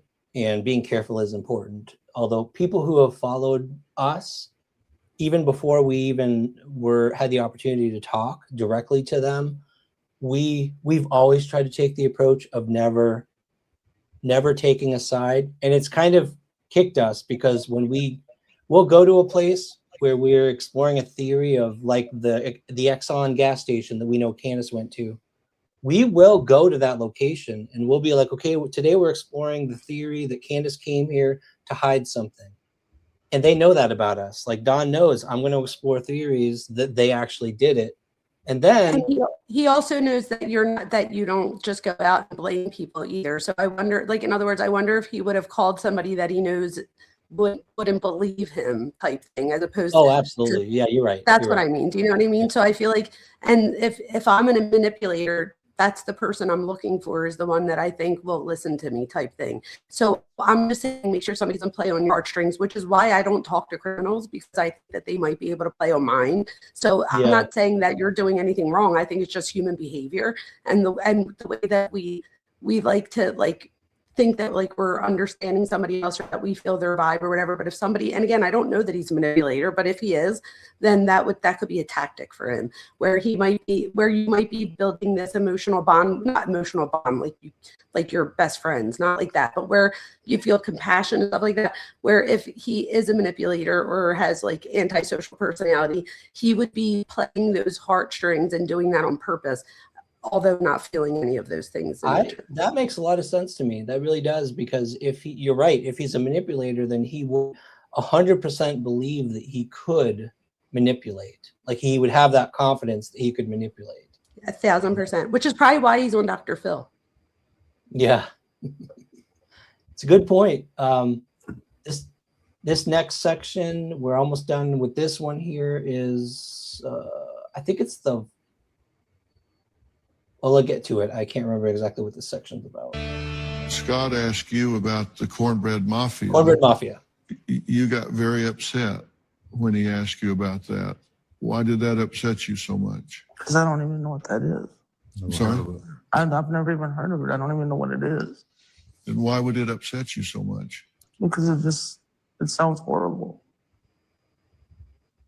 Just thinking her in her mind. Here he is once again stepping in to answer for Candace. Isn't it interesting? Because he sees Candace breaking down here, so he feels like Dr. Phil is getting, like he is being, like he's getting her to react here, and Don sees that. So what a better way to like stop that by jumping in and trying to explain what it is she's really trying to say.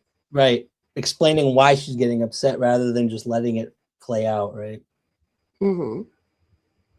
Feeling like she's being interrogated bothers her because she loves her daughter with all her heart. She spent a lot of quality time with her every day, thank God. She took a lot of pictures. Well, why don't you let her answer? Okay, yes, sir. Because that's not interrogating you. It's we're trying to help you find your daughter. I started this out by saying, I don't think you hurt your daughter. I'm standing up for you. I'm saying, I don't think you hurt your daughter. But I'm going to look under every rock. I'm going to go down every trail. I'm going to investigate everything. And if you want to find her, you would be right there beside me saying, right, Doc, let's turn this rock over. Let's ask this person. Let's consider this. It doesn't make sense to me that, I mean, you got up and left the interview when he asked you about that. And I didn't understand that. You want to find your daughter, obviously. Yes. And it puzzles me that you get so upset about that. I got a question real quick. And, you know, one theory. Yes. For Dr. Vona, when Dawn was challenged there by Dr. Phil, and he said, why don't you let her answer? He's like, okay. And he looks down immediately, kind of surrenders. What does that tell you about his personality? What does that tell you about, does that scream as narcissism to you? Well, it is narcissistic, but the thing is, he's probably not used to people coming back at him. He's probably used to being the one that steers the room. Even if people don't believe him, people aren't always willing to, like, even if I didn't believe what he had to say there, I don't know that I would have had the gall that Dr. Phil did to be like, why don't you let her talk? I might have just redirected it and been like, Candace, what do you think? Where Dr. Phil was like, let her talk, type thing. So I don't think that he gets challenged like that regularly. Gotcha. So I think that was just him being like, what the heck? Like, he wasn't expecting that, I don't think. He wasn't, yeah. Yeah, no, I was just wondering because I mean, obviously I'm not a narcissist. Well, at least I don't think I am. Wait, what's the cornbread mafia, real quick?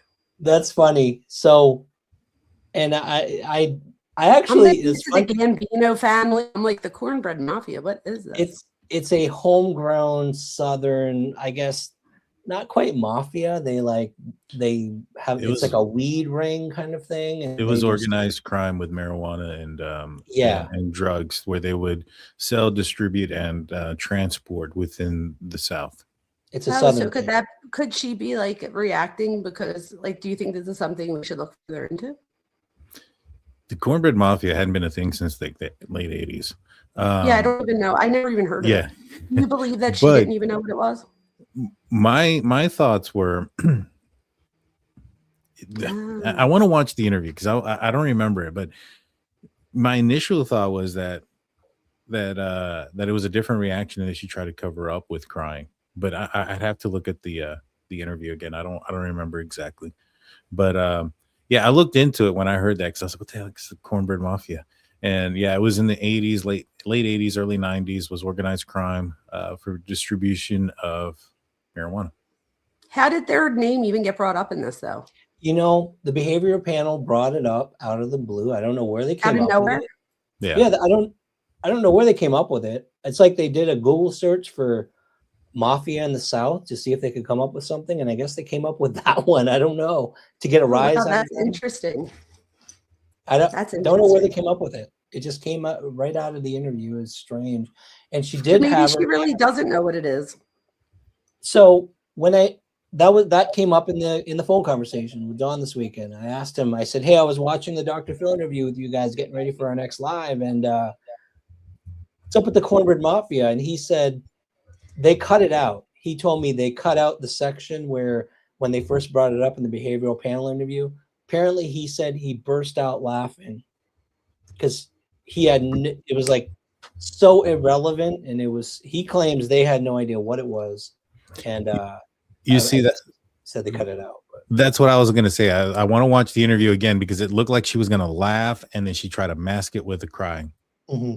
That was that's why I went like, because I wanted to watch it again. I didn't want to say that, but that is exactly what I thought it was that she was going to laugh, and instead of laughing and showing that emotion, she started crying, or maybe perhaps the crying came natural because she was about to burst out laughing. But that was the thought that I had thought. It's crazy. I wish I would have said it before you put it out there. Is guilty knowledge that you may know something you don't even know you know. You may be afraid of something that is so horrible you don't even want to think about it. And so you push it down and don't even want to think about it. But I want you to think about it.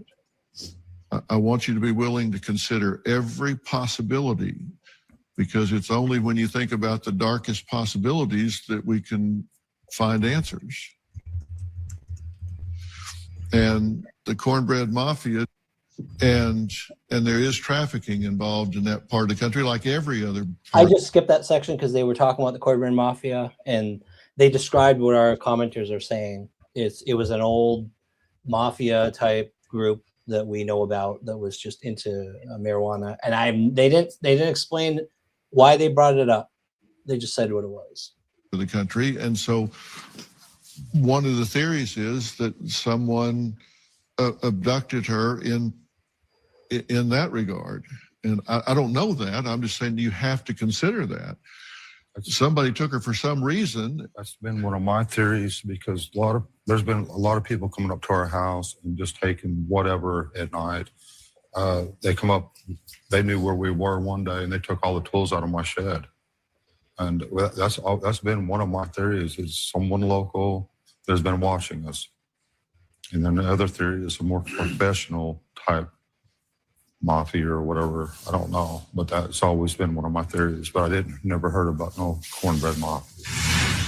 So one commenter just brought up something good. So I wonder if they were randomly bringing up Cornbread Mafia as a way to talk about the drug scene. Because I'll tell you, East Tennessee does have a really bad drug, organized crime, absolutely, 100%. And one commenter just mentioned one of the organizations, they call them Vice Lords. There's a bunch of others who are potentially connected to other missing persons cases, like Layla Santinello, one we cover. She was into drugs. She was a young lady, 19, 20 years old, disappeared, OD'd. And that happens often. So I kind of wonder if Dr. Phil and the behavioral panel weren't using just some random drug group to get a rise out of them, to see if it's related to drug connections. Maybe.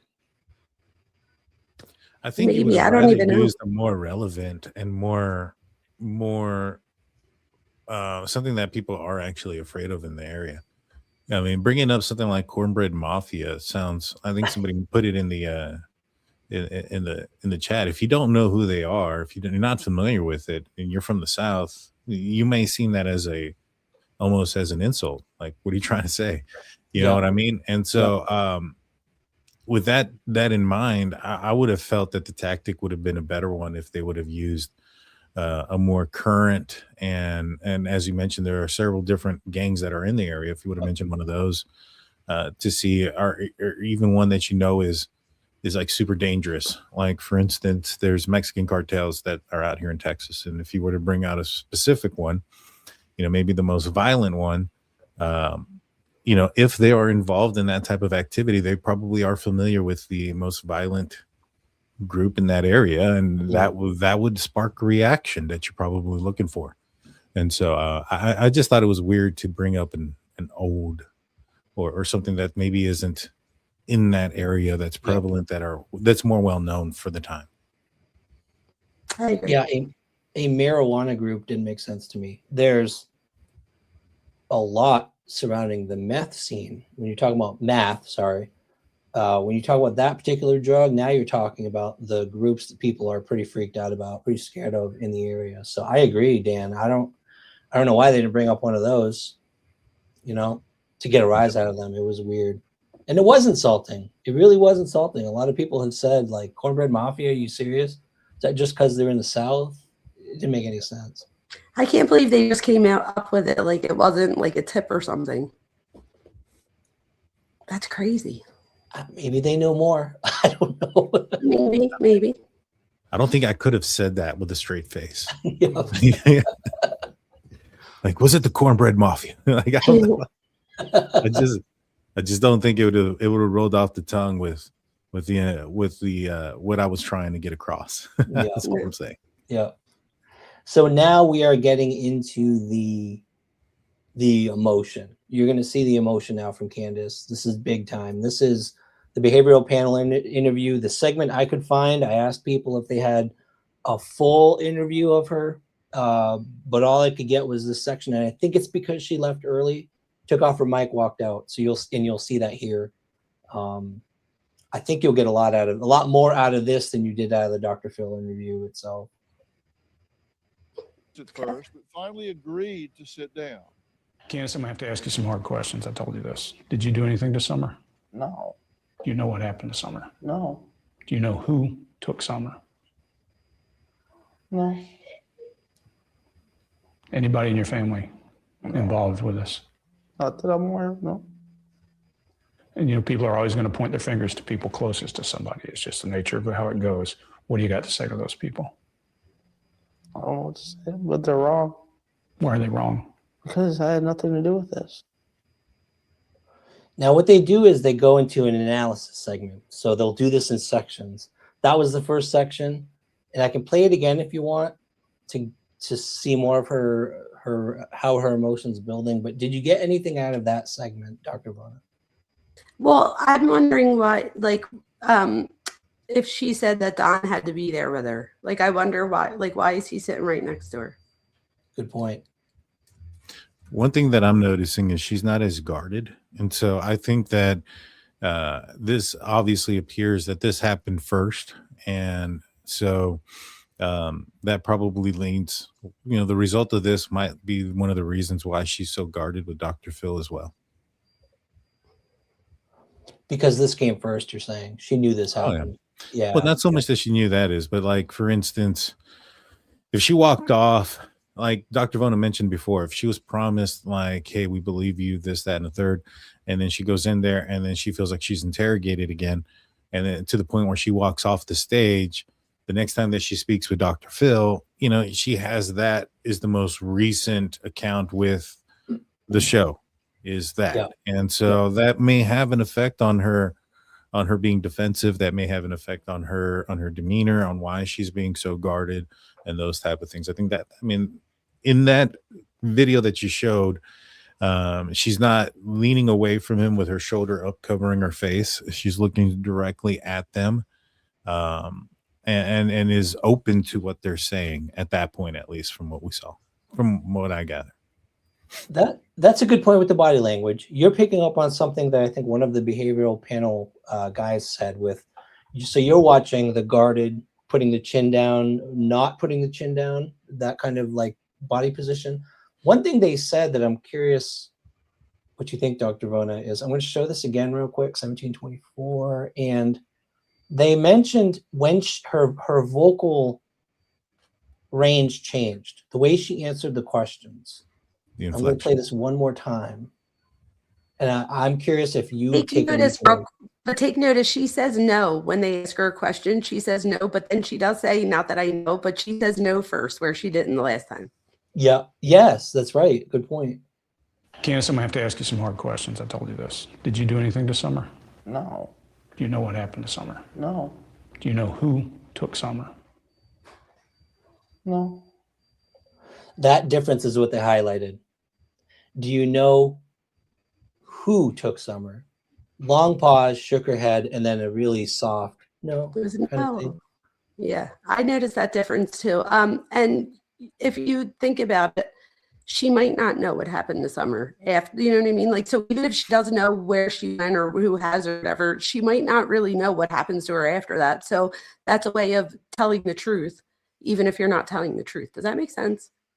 It's like parsing words, because then they say, do you know what happened? Or what was the question they asked at the end where she changed? Do you know who could have been Who? involved? Yeah. And that's where she changes her tone of voice, because maybe she knows who, but maybe she doesn't know what happens after who takes them, which would mean that she's still telling the truth in that situation if she says, I don't know what happened to her. One thing I did Interesting. notice is there's a subconscious movement there while she's talking. She's shaking her head no at the same time. Yeah. Something to point out at, sometimes when folks are, maybe lying, they might say no, shake their head, or yeah, and they'll shake their head no. And that subconscious answer is sometimes what you're looking for as far as the authentic answer and the truth. And I noticed that she's also shaking her head no at the same time as that she's answering that question. So you both feel like even the last answer was authentic. She was telling the truth. I don't think know. so. I don't know that that's what I'm saying. What I'm saying is that she could be telling the truth, what's the word I'm looking for? Like very concretely. So like in a concrete way. So in other words, if I say, do you know what happened to somebody? But let's say you don't know what happened to them after. Let's say you do know who, but you don't know what happens after. Then if you say, no, I don't know what happened, you wouldn't be lying. So I don't know if we're, that's why I'm saying, could it be that that's different because she really doesn't know what happened? I don't know that answer though, because I don't think I know enough to know that. But I'm just saying it like Daniel said, it did look like she was being coherent with like what she was saying. Yeah. So Daniel, if I ask somebody if I look good in that outfit and they're like, yes, I should get changed. Probably. No, Probably. Not saying that it's always, No, I spot know, on or I'm anything just- like that. Most people don't do that, but every now and then if you get like one of these subconscious nods, that can be an indication of one way or the other, because they're thinking about what they're saying and maybe not always what their body is doing, for instance. And so food for thought there. Doesn't mean that she's telling the truth, doesn't mean she's lying. I would say this, that if it went like, if she said yeah or no, but was shaking her head a little bit or nodding, I would say that, it sounds like she's lying, but I don't see that indication there. Do you think that it can indicate that she has suspicions, but she doesn't know? So she's telling the truth, but she has suspicions. If you had suspicions, why wouldn't you say who it was? Like if you had no reason to feel like you would get in trouble too. Well, that was one of my thoughts, though, is that maybe perhaps because Chris McDonough has interviewed her and he says that there's a point where she's breaking down, she's crying, snot is coming out, and she says something to the effect that I think God is punishing me. Now, when I heard that and I started, to think about that scenario, I felt like the summer being gone was part of what was the punishment that she was referring to. And so I was thinking, well, what would she have done to have caused that? And there's a lot of this talk about, with Dawn about, God and religion and things of that nature. And then there's also that 911 situation that occurred where Dawn thought that Candace was cheating on him. And I've been open about this. I wondered if that's what it is that she's hiding, is that she had an extramarital affair. And one of the things that I wondered is if that extramarital affair was with somebody maybe perhaps not of age, whether that was Hunter, whether that was somebody else, something that she can't admit to because obviously she would then find herself in her own legal issues. I pointed to the fact that when Chris McDonough was in the house, there was Girls Gone Wild on the TV, which is not something that I would expect an older dude to be having. Like I've worked some cases where there's child predators and things of that nature. That's not typically what you find, with those type of things. Now I've seen where those type like that type of material where it's just girls flashing, used to attract younger, like in the grooming scenario of a situation, right? And that's one of the things that we were talking about once, Ryan, where Yeah. you mentioned to the effect that, I don't know, why a young man would find Candace attractive, given the age difference and things of that nature. And then that's when I said that's when the smokes and the drinks and the secrets come in, and then the filth on the TV. I don't know where Don was that day, that Chris McDonough did that walkthrough. But if he was at work and he was quite a bit of ways away, if I have no idea, if I wonder who was watching that Girls Gone Wild or what the intention of that was for. I mean, it could have been Candace's. Maybe she's into that type of stuff. But to me, that kind of screamed out that. And could, for you, Dr. Vona, could that be something that we're picking up on as far as like something wrong here? And Yeah, 1,000%. 1,000%. That could totally be plausible. And I would even be afraid for her if Don was listening to this right now, that he would even take that theory and press it. Do you know what I mean? Like, oh, look, even Daniel, the investigator, thinks you did something. So I would caution that, but absolutely, that could be the case. And so why would somebody, she could be, and I don't know her whole past, but from what I've read in chat, people said absolutely, I don't know what her trauma was, but people said she's had trauma, childhood trauma even. And sometimes when people have childhood trauma, they're stunted emotionally in that age. And so she could be, where Don could be playing more of like a dad role for her.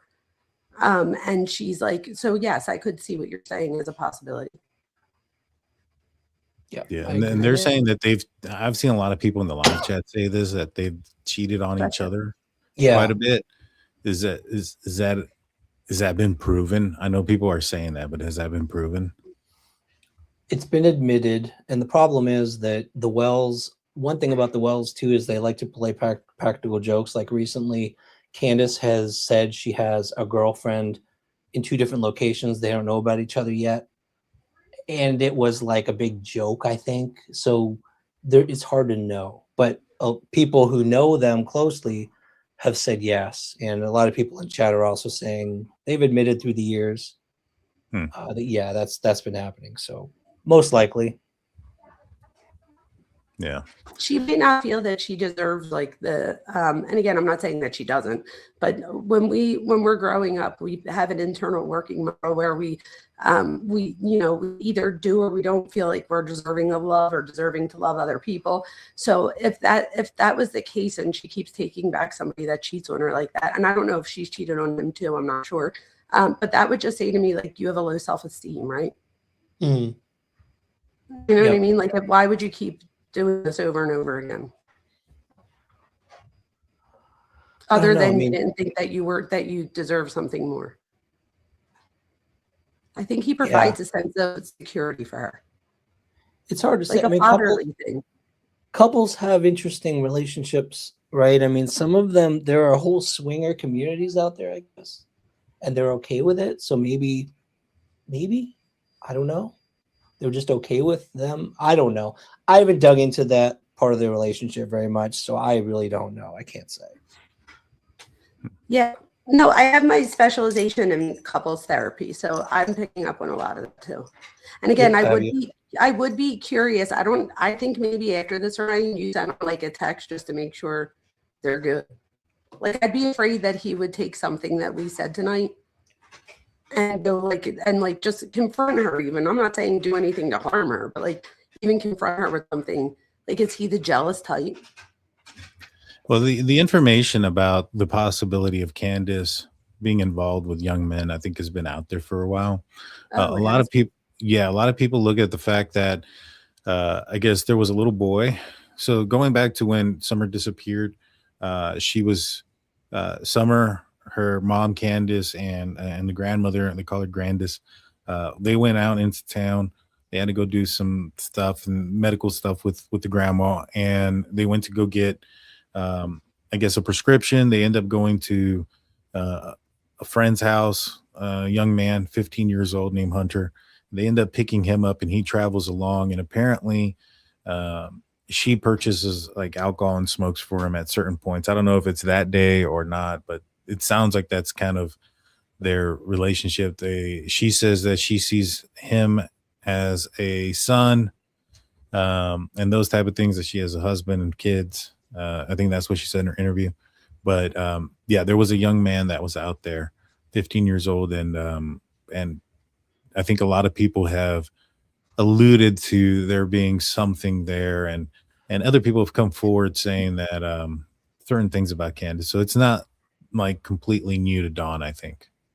No, he knows. I mean, and you're right, Dr. Vona. So what we do know, I know for a fact, because we interviewed someone who stayed up there for at least a year off and on while her family member was living up there in a trailer. And she confirmed to us that Candace, one thing Candace did do, I'm not going to say she does do anymore, but at least at the time, is there were a lot of minors hanging out on the property, teenagers, a lot of teenage boys, some teenage girls. And she would 100%, from this witness statement, she would give them alcohol.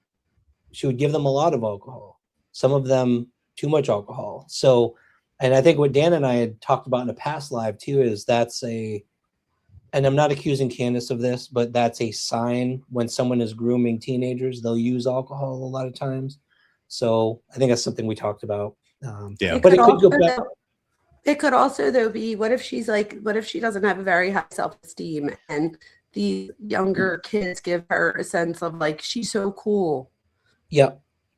Like Yep. it could be something like that too, where they're making her feel like, accepted, and like these kids, they like hanging out with me. That's Yeah. slippery Could be slope, something though. like that too. Well, and that's what I was going to say, Dr. Vona, is that is a sign of what people who groom do, but if you take into account what you've been saying this whole time we've been talking about them with the past trauma, it goes in line with what you're saying. Like, she just wants to feel like I think she feels like she is closer to that age group, to the teenage age Yes, group. that's what I was saying. Emotionally stunted. Absolutely. Yeah. Yeah, but that's how like some of these teachers end up getting in trouble, is because they feel closer to the teenage group. They want to be the cool teacher. They want to be this. They want to be that. And then that 1000%. slippery slope leads to something inappropriate. I mean, it's already inappropriate if you're buying alcoholic beverages and smokes for a young man, at her age. And so I assure everybody would feel that way if it was Dawn purchasing alcoholic beverages and smokes for a 15-year-old girl. Mhm. I think everybody would also, assume that would have been extremely inappropriate. And so, not saying that that's the case. I'm not saying that's the case either, that that's what Candace was doing or whatnot, but that it is a slippery slope. And, you have a young man who's, at 15 years old, you're mixing alcohol and things like that with a confused young boy who's probably confused about their body and puberty and things of that nature that can be easily taken advantage of.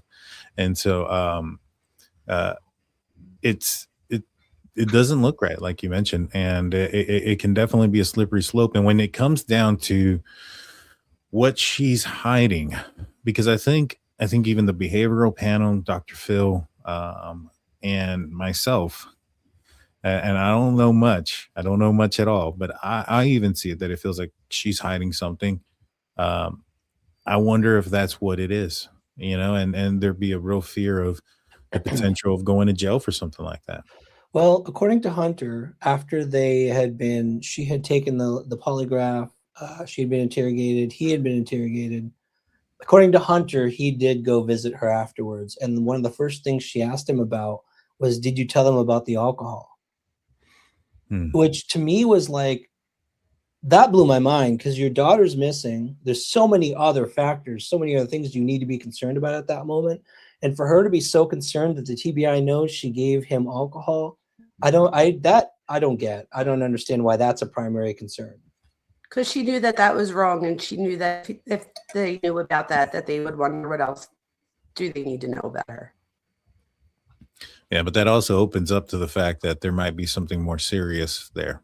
Well, that's what I mean. So like, it might open it up to like, we need to ask her more questions about this, and this. So But you're right? You think that she wouldn't have cared about that at the moment, that she would have cared about. Yes, I agree with that. Yeah. I mean, that's so minor in my opinion. But now that you guys are saying that, that's a good point. It opens the door. Like if you would do that, what else would you be willing to do, kind of thing with minors? Good point. Yeah. And like I said, I don't think anybody here is blaming her for doing anything with minors. There's not an accusation. It's just there's behavior that are consistent with something that could turn into something bad. It's a slippery slope. That's all I'm saying. All right, this is the thing though. I don't think it's a slippery slope in the sense that I think it's wrong all the time to hang out with youngsters or, give them anything that would make them. This is the thing. Youngsters look at adults as like they have like when we do something like get it alcohol for a minor, we wind up breaking a barrier in their head that like these are the people that are supposed to take care of us, like they're the ones that are authority and they're going to break rules. So and it winds up warping your thought process, which is why it then makes people more susceptible to things like promiscuity, rugs, alcohol, stuff like that.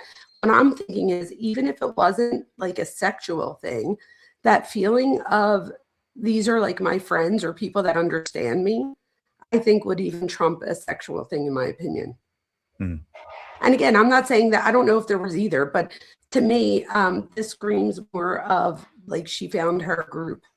Does that make sense? Like these are my friends, these are my people. It could be something more than that too. I don't know. But I'm saying it could be something where it's not even sexual. It's just a matter of like I can get you alcohol, like, and that makes you want to come around and talk to me. And now like I have friends too, and God only knows in marriage therapy, that would say to me, what does Don do? Is he ever not around the house that much, that like he's away a lot, that she's bored and she's seeking attention elsewhere? And would Don not allow her to hang out with people that are their age because he might accuse her of cheating? So it could just be that this happened to be a sweet spot where she was able to hang out and be like, Don, they're kids. Like I would never do anything. Like, so like, in other words, it gave him that, like, where he wasn't that worried about it either. So it made her feel like she could do that. I don't know. I think you're on the right track, because that same interview we had where she admitted that Candace gave a lot of alcohol to the minors, I asked her the question and her friend was there and she kept asking her too, was there any inappropriate behavior? Was there anything that looked like it was too far, hugging or affection? And this girl we interviewed, she's like, no. It was just inappropriate giving minors. The only thing she said was inappropriate was, why doesn't a grown adult always hang out with teenagers, and why is she giving a ton of alcohol? She did not say there was any appropriate touching or that she witnessed or anything like that. So yeah, I think you're right. And that says to me also, I don't know what the culture is like. Maybe giving interview, I don't know how old these kids are. Are they 18, 19? I don't know how old they are, but like, could it just be in their head like, oh, what, you didn't give kids alcohol when they were 18 and where you live? Like, so it could be a cultural thing where it wasn't really frowned upon as much. I don't know how old these kids were. Like, were they like, 18, 19? Young to mid-teens. Yeah. Okay, I will say this. Rationalize it. I'll say this. I've investigated sexual deviance before, and child predators.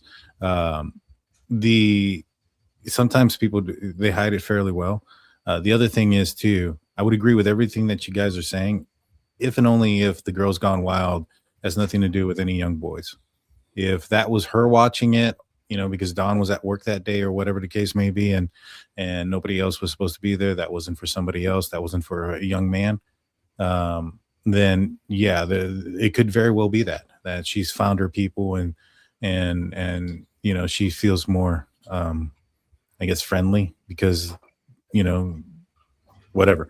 But if the Girls Gone Wild aspect plays a role in it, that's the sexual aspect of this of their relationship, and okay, that's different. But I don't know if it is. Right, but I'm saying I'm trying to think of how else could that play into this, and the way that else could play into this is you have to want like these kids to want to hang out with you too, right? So you have to be providing something. They're not just going to hang out with somebody much older than them. So go to my house. You could come to my house. We can have alcohol. I could give you some smokes. You could watch Girls Gone Wild. Like, so it's almost like look how like that I'm cool, like come hang out here with me. And again, I don't know that this to be true, but I'm saying if we found that there wasn't a sexual component, it wouldn't surprise me that this behavior still occurred. That's all I'm saying. Right. Yeah, I get it. I But let's agree. be honest, who's really playing with themselves? The girls going wild. Like, why Well, would she have it on herself? it's not so much like, so if you put your mind into the predator, right? You start off with the alcohol, you start off with the smokes, it starts off with Oh, secrets and absolutely. promises. And the girls gone wild is to induce a sexual response. A 15-year-old, like a grown man, this is why I think it's weird, because a grown man, that's experienced and, has been with women and things of that nature. Watching Girls Gone Wild may not be that thrilling, but to a young boy that's 15 years old that maybe hasn't seen a pair of women's breasts, it's a different story. It's a different story, and that's why it's interesting to me that it was Girls Gone Wild, and it's interesting to me at the time of day that it was playing. Yeah. I think those two things are the things that really stand out to me. Yeah. Yeah. I don't. Girls Gone Wild, isn't that like, and I'm It's not just trying girls to. flashing. Yeah, but it's not that. Like, isn't it more of like an infomercial?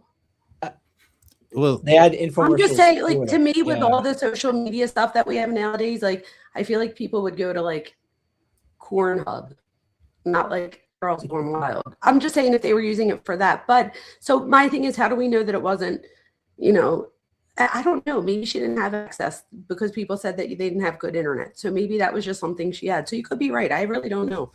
I'm just saying that if we found that there wasn't a sexual thing, I still wouldn't be like, well, then what was it? Because to me, just being like emotionally stunted and trauma and wanting people to be around you and having people that are allowed over when Don's not there, because maybe that was the only group of people. Maybe she could have said, like, used her own kids or something. Like, what are you talking about? All the kids come over here. Like, I just don't know, like, if he's a jealous person, would she not be allowed to have friends her own age? Because that might lead to I'm sure something. that's the issue. I'm sure Yeah, that's 100%. definitely an issue there. Yeah.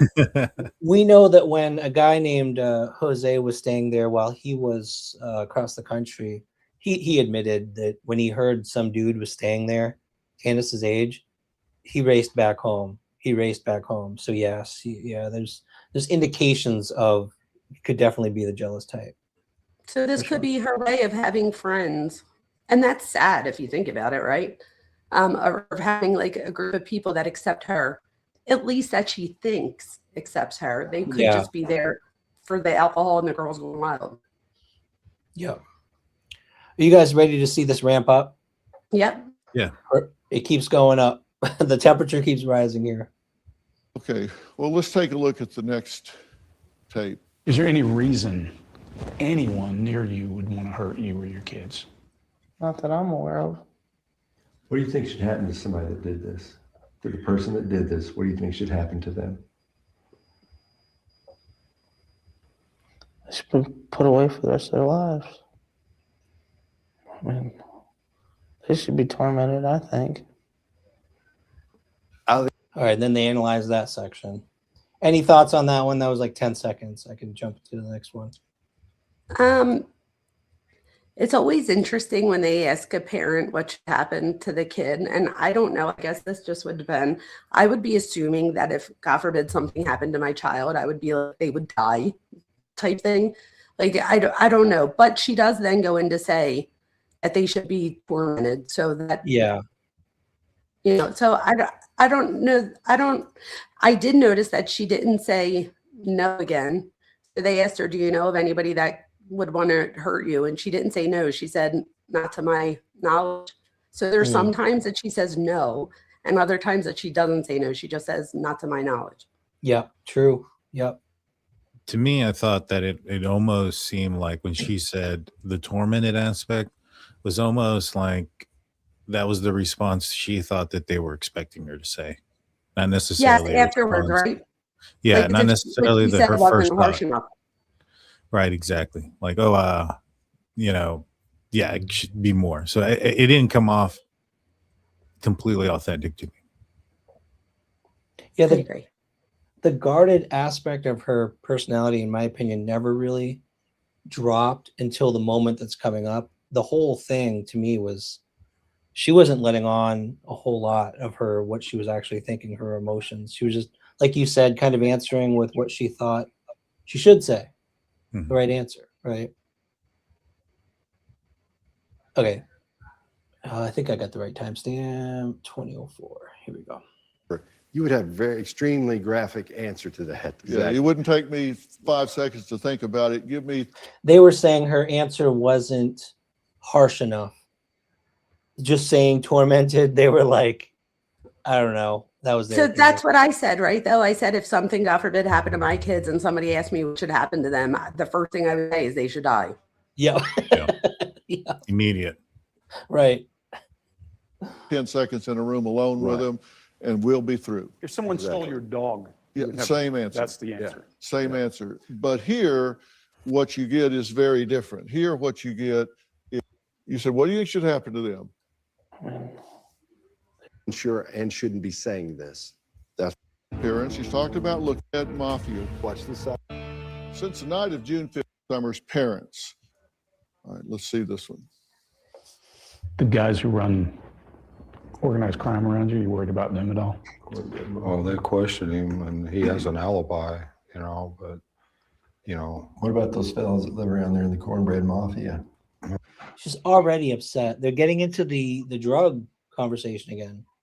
You know what I mean? And she's already like really upset. Yeah. She does look upset. She's definitely crying here. You could tell by like the how it goes down like that. When people fake cry, they usually forget to do that part. Yeah. I will say there could be editing because you notice when they come to this clip, she's already upset. Yeah. I wonder what they So said. what were they talking about prior to this? Yeah. Right. Now I hear you. I will tell you there's a backstory to this where there were claims that she had gotten a phone call and there was a sighting of Summer in Florida during this interview. And she had allegedly gotten some information that there was a sighting, and then she found out that it wasn't Summer. So a lot of people were saying, well, that's why she was so upset. Now, Chris on the behavioral panel, who's sitting across from her right now, he said he was there when she got the message from the law enforcement that it wasn't Summer, and he said she had no reaction. So we don't know if this is due to that or not. I'm just giving you the background here because that did happen during this interview. Interesting. Cornbread mafia. That's what we call them where we live. I don't know if this. I have no idea. I've heard about some hillbilly mafia type stuff and everything, you know, and all these different boys. We've tried to steer clear from all these. This is words up there. I've tried to steer clear from all these people just as much as possible. And I think they've kind of seen us as targets because they have come up and stole our stuff. They come up in my shed and stole all of my mechanic tools at one time.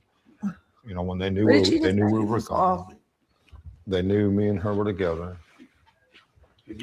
Just hang on. Have you guys put any kind of security or anything on your place? No, we don't have any kind of security. Okay, now this is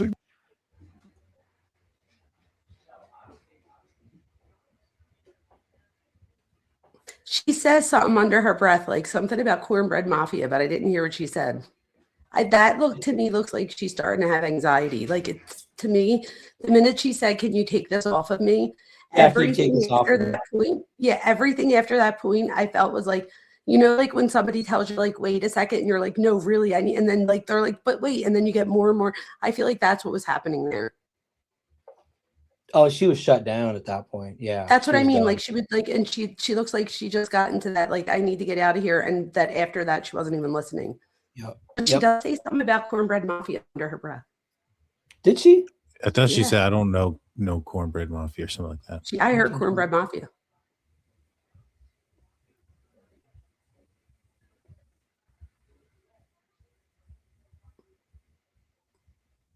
As an alibi, you know, but, you know. What about those fellows that live around there in the cornbread mafia? Cornbread mafia. That's what we call them where we live. I don't know if this. I have no idea. I've heard about some hillbilly mafia type stuff and everything, you know, and all these different boys. We've tried to steer clear from all This these. is water up there.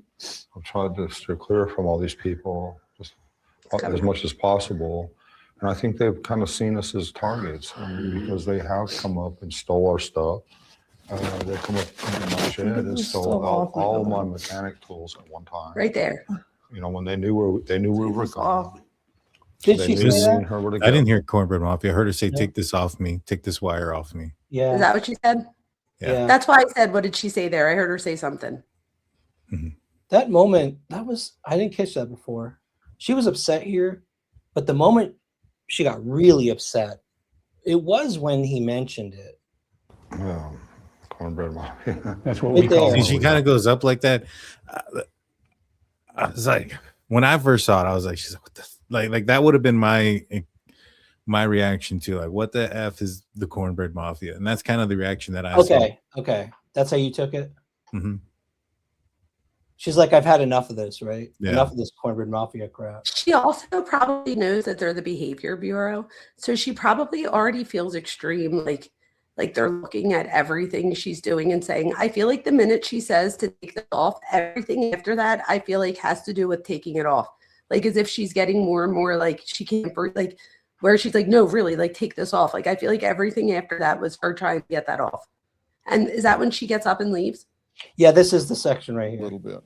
Well, that would Live make in the sense. country, you don't expect that kind of stuff. Calm down for a minute. No, I want to go inside. These are tough questions. No, I'm being interrogated again, and I don't want to do this anymore. There you Yes, go. I am. We'll stop. I want you to feel comfortable. No, I want out, and I want to go home. Calm down. I don't want-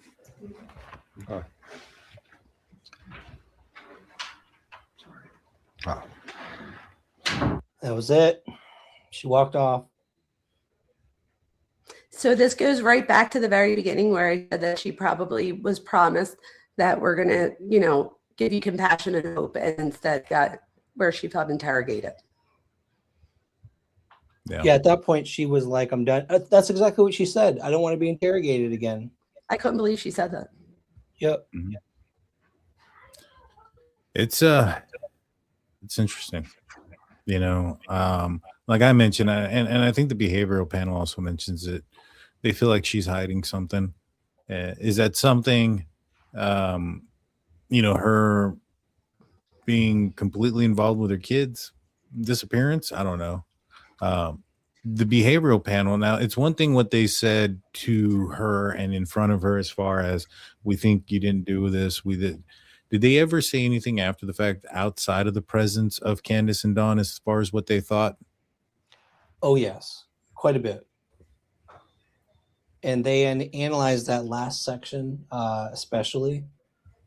I can Yeah, play what did that they up say? here. Yeah, I'd like to know what they thought, because some of this I didn't see. You were right about it being in pieces out there. I've only seen part of this interview.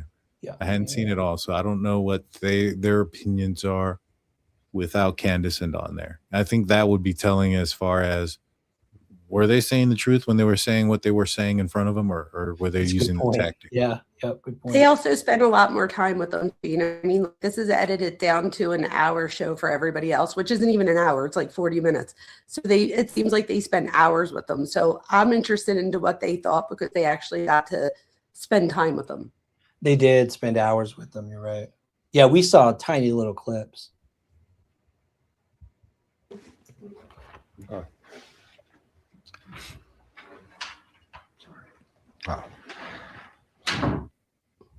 Okay, this is right after you ask about the cornbread mafia, and she had the response that we saw, and now she's fleeing the scene. Yes. Um, So she starts even before she flees the scene by doing something that we refer to as the transfer in our true crime workshop, and that's making yourself unavailable. Whether it's doing this or emotional or something you escape, she's already escaped. It's just a matter of getting out of that wire. That's what I Interesting said. pieces contrast their Yeah, I body was going to language. say that's exactly what you said, Dr. Vona. She was done. She wanted out, right? uh-huh. Don looks oblivious to all of this. He's trusting us and paying attention to us. She's not. It's an interesting. Yeah, and at this point, She's down in her chin. You ask them a question and they feel they're being threatened, you'll see that chin drop. It protects the neck. It's something that happens from your limbic system. It's a psychological thing that happens. And see, that's the opposite of what you said, Dan, earlier. Notice you said her chin was up, her shoulders were up. No, what I said was that her chin face was down. protected by her shoulder. Protected. Okay. Yeah, she had her shoulder up like this and turned away, Oh, protecting okay. her face. Like she had to look at him from a different angle, so she wasn't looking directly at him, open to Dr. Phil. She was turned, and then she had her shoulder up, and she was looking like this. So she was very much protecting her neck and her face from him. Interesting. So the head goes down. That's what we're seeing there, along with a lot of eye. She talks about eye. It's not working for me. Those types of things. They get very emotional. They lock up. Their throat is protected by putting their chin down over their throat. And then typically in pre-confession, their body will open up, and that's when you close. That's when you go after them. Yeah. We wondered. Now, when my producer asked the Wells for a tour inside their home to better understand what happened the day that Summer... They get into the McDonough home review. So that was the end of their analysis. But what did they say as far as what did they think happened? Do they think she's lying? Me and Daniel want to see the end of the episode. Yeah, we were like, what's going on? I have no idea if they believe her or not. Yeah, let's see at the end if they actually talked about it. I think they might have. Because everything I'm seeing does not tell me that I have a hypervigilance. What Candace says is that they were planting flowers. Yes, sir. She had a piece of candy. Yes, sir. They washed their hands, had a piece of candy. And then she says she walked her up the stairs to the house, inside, handed her off to the boys for supervision, that the boys said she went downstairs. Candace went back outside to help her mother with her brace and came back in, and all of that happened within 2 to 3 minutes. What she says. I'm saying what she says. Yes. Yep. 2 to 3 minutes. She called for Summer, no answer. And she immediately called Dawn on the phone and said, Summer's missing. I think she will tell you that she didn't. We got something different the other day. We heard that after she checked the house, she crawled around under beds. She did this, she did that. She put the boys out to look in the yard, and then she called Dawn, is what we heard. Okay. So, but she went on alert in 3 to 5 minutes. Right. Correct. Psychologically speaking, I have to tell you that's inconsistent with everything I'm seeing. Because everything I'm seeing does not tell me that I have a hypervigilant mom on my hands here. Agreed. I have a hard time believing that she would walk her up the stairs and hand her off lovingly to 3 babysitting brothers, go back and help her mother, and be back inside in 2 to 3 minutes calling for her daughter. So is he drawing the conclusion that she's a negligent mother right there? Well, yeah, he shows the picture of the inside of the house. I'm assuming that's inside of her house. So I would assume that he's painting that picture. But what he's saying here is that she doesn't seem like the type of helicopter mom that makes sure that she gets from one place to the other. I think the other thing he's alluding to here is that in 3 to 5 minutes, because any kid could go play, and like, would you really know in 3 to 5 minutes? Like if I didn't see my dog for 3 to 5 minutes, I might start like getting nervous, like, all right, where are they? Calling them, but I don't know that I'd panic yet. So I think that's what he was saying. I'd like to see more about what he's saying. Yeah, me too. Hit play. The timeline doesn't work right. I don't believe she could get out there and back in 2 to 3 minutes. I don't believe she called for her in 2 to 3 minutes and went on alert in under 5 minutes and started a search. Or that she would call Don, and given Don's history with law enforcement, that his first reaction would be call the cops. Because every time the cops have been out there before that, it wasn't to serve and protect, it was to arrest and detain. I'm not saying that Candace is involved here. I'm not saying Don's involved here. I'm just saying it just doesn't add up to me. And when things don't add up, I need more information. Yep. Right. Coming up, Candace and Don are here. They're going to give their first. I think Real Rock and Robin just brought up a good point. She didn't call in 5 minutes. She called in 3.5 hours. So why is she saying 5 minutes? Yeah. It took until 6:30 for anyone to call anyone.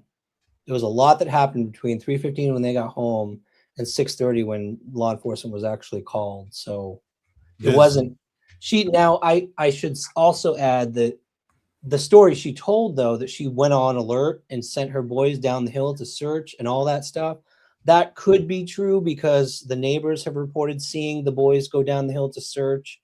Candace was running around all over the place. She's been sighted different places. So she may not have meant that she called law enforcement right away. I don't know that she said that. He's saying he doesn't even believe that she went on alert in the first 5 minutes, that it was what I took from him is that he's saying it took a little longer than that probably before she realized that Summer was actually missing. Yeah, which I think it would be for anyone though, right? Like, let's be honest, how many of us, and I mean, I'm sure there's some parents that watch their kid, like, but when you're home, you usually assume that, especially if your kid's old enough to go play and stuff, that, all right, I'm going to go help grandma, I'll be right in. Like, so I feel like she wouldn't have had a reason to look after 5 minutes, but if she didn't look for 3, or if like it took 3 hours to call, then that makes me wonder, why is she telling Dr. Phil 2 to 3 minutes? Does she think that that's what he wants to hear? Now, so we know that she got home at 3:50 and the 911 call came in at 6. Is that when she says that Summer went missing, the moment they got home? 3:15 they got home. They planted flowers for a while. They gave her a peppermint candy, sent her inside, said to the boys, watch Summer. And then she went to adjust the brace. Now, she said from the moment she sent Summer inside to fixing the brace, she told McDonough that was like a few minutes. That was like 5 minutes, maybe 5 to 10 minutes. Right. Very little time from when she saw Summer go down there in the basement to when she went back in again to check on her. So I think the most important part about that is how long was it that they were planting and things like that? Because, a lot of people are saying, they were gone for 3 hours, or she was missing for 3 hours. She didn't call for 3 hours. It doesn't sound like she was missing the moment that they got home. It sounds like it was at least a little bit after. I don't know how long it took them to plant things. They've been gone all day. I wouldn't be surprised if the first thing they did was utilize the bathroom and then go out and do all these other things that they were doing. And so them getting home at 3:15, I don't think that necessarily correlates with Summer going missing at 3:15. That makes sense. Now, if what Dr. Phil is also alluding to, that maybe she didn't go into high alert after 3 or 5 minutes, if this was like 4:30 and in reality it was 30 to 40 minutes, so it's 5 o'clock by the time that she actually notices that Summer's missing. I mean, it's still an hour. That's still quite a bit of time. You could, I agree, Dan. You could give them, just being conservative and giving benefit of the doubt, maybe an hour to do all the planting and all the stuff. So maybe 4:15, 4:30, but you still got like 2 hours before anybody was called. Yeah, that's still a long time. Still a long time. And people made a point. Go ahead. Oh, I'm sorry. I think Lulu Bell makes a great point. If she thought a stranger took them, then why did she send her boys out alone to look for Summer? Like, would you send your other kids to go look for your kid if you thought someone took them? I don't know if or do she you think thought that she just thought they were lost? I got you. Yeah, I don't know if she thought that somebody took them right away. And as far as it was 4 little cactuses, it could have taken as quick as 4 minutes or a few minutes to do so. Yeah, that's if you're trying to do it at record speed. But if you're there and you're talking and you're having a conversation with somebody and doing other things, then a simple task can take some time. It's not about the task, it's about the conversation that you're having or whatever may be going on or whatever the case may be. And again, I think that if you're out all day, you've been drinking, doing some other stuff, I wouldn't be surprised if you had to use the bathroom when you got home, those type of things. And so those things add up in time. But I still think there's quite a bit of time there though. And I should mention, a lot of people in comments have said this, and it's true. The behavioral panel, their analysis, which I can't find the right timestamp, but their final analysis was that Candace was mostly telling the truth about, they didn't think she was directly involved. They felt like she had guilty knowledge of something. Like she was withholding guilty knowledge. They all agreed that. I think even Dr. Phil. So That's what I thought from the beginning too. I don't know if she knows what happens to her eventually, but I feel like there's something. Somebody made a good point. They said that that with the Chris McDonough interview, and I don't know if you guys remember this, I don't, so I have to watch it, but they said that she called the boy and said, "Where's Summer at?" when she, like, that was one of the people she called, and the boy tells Chris McDonough, they said, that she does that when she's drinking. Does anybody remember that? That would be interesting to me, so I need to go watch that and see. Dr. Vona, the guilty conscience aspect, could that be because she blames herself for Summer wandering off or being disappeared or anything like that? I don't think so. I think if anything, it's more about, and this is just my opinion, for me, it's more, I think it's her tears are coming more in the moment. So like, why are you looking at me? Why are they questioning me? More so. And again, this is just from my observation of what I'm seeing so far. And that doesn't mean that she doesn't like miss her daughter or anything. I don't mean that. I don't know that I know enough to really say, but for me, it just seems like everything she was crying about so far that I saw was more about like, and again, I think that this is coming from trauma though. So I'm not like saying, I'm not even saying it in like a predatory way. However, I guess you would expect somebody to feel some form of, I don't know. No, I don't see that yet. So Ryan, you mentioned that, you know, somebody had saw Candace at a gas station and stuff. There was some tree trimmers that were outside of the property. Yeah. I mean, we may not know this. I know some people have interviewed some folks there. Do they ever talk about Candace leaving the property in the afternoon? The tree trimmers? Yeah. Didn't see it in that interview. They never mentioned Candace. The things we do know is that this is crazy, you guys, and I can't piece it together because it's all over the place, but we know 5:30 Sullivan Gardens Exxon is like 20 minutes toward Kingsport. So 5:30 there, let's just say that's a fact. Put a pin in the Exxon gas station at 5:30. Then you've got like 6:30, Jody Sue Brown, Andy Bernard's girlfriend, wife, whatever she was, said that Andy pulled in at 6:30 and talked to Candace. And Andy has said that happened as well. So now we've got 6:30 at the intersection of Ben Hill and Peach Creek. She's back home at 6:30. Then at some point earlier, around just after 4:30, someone claimed that she was down the street at Fred's house, Fred Hill, the guy we've talked about earlier, the neighbor. So she's like, and then someone else saw her walk out of the woods on Light Hollow Road. That's not as confirmed. That's from a neighbor. I don't know how true it is. So we've got her cited like all over the place. I don't know if she was just between 4, if that's when Summer went missing and she's freaking out. If she's running all the heck around everywhere looking for Summer, but it just doesn't, I can't make it make sense. All of these sightings and all of these time stamps where she was seen, I can't make it make sense. I wish law enforcement would come out with some of that information because they would know. I would feel, I think they would have an idea, especially if she was moving around.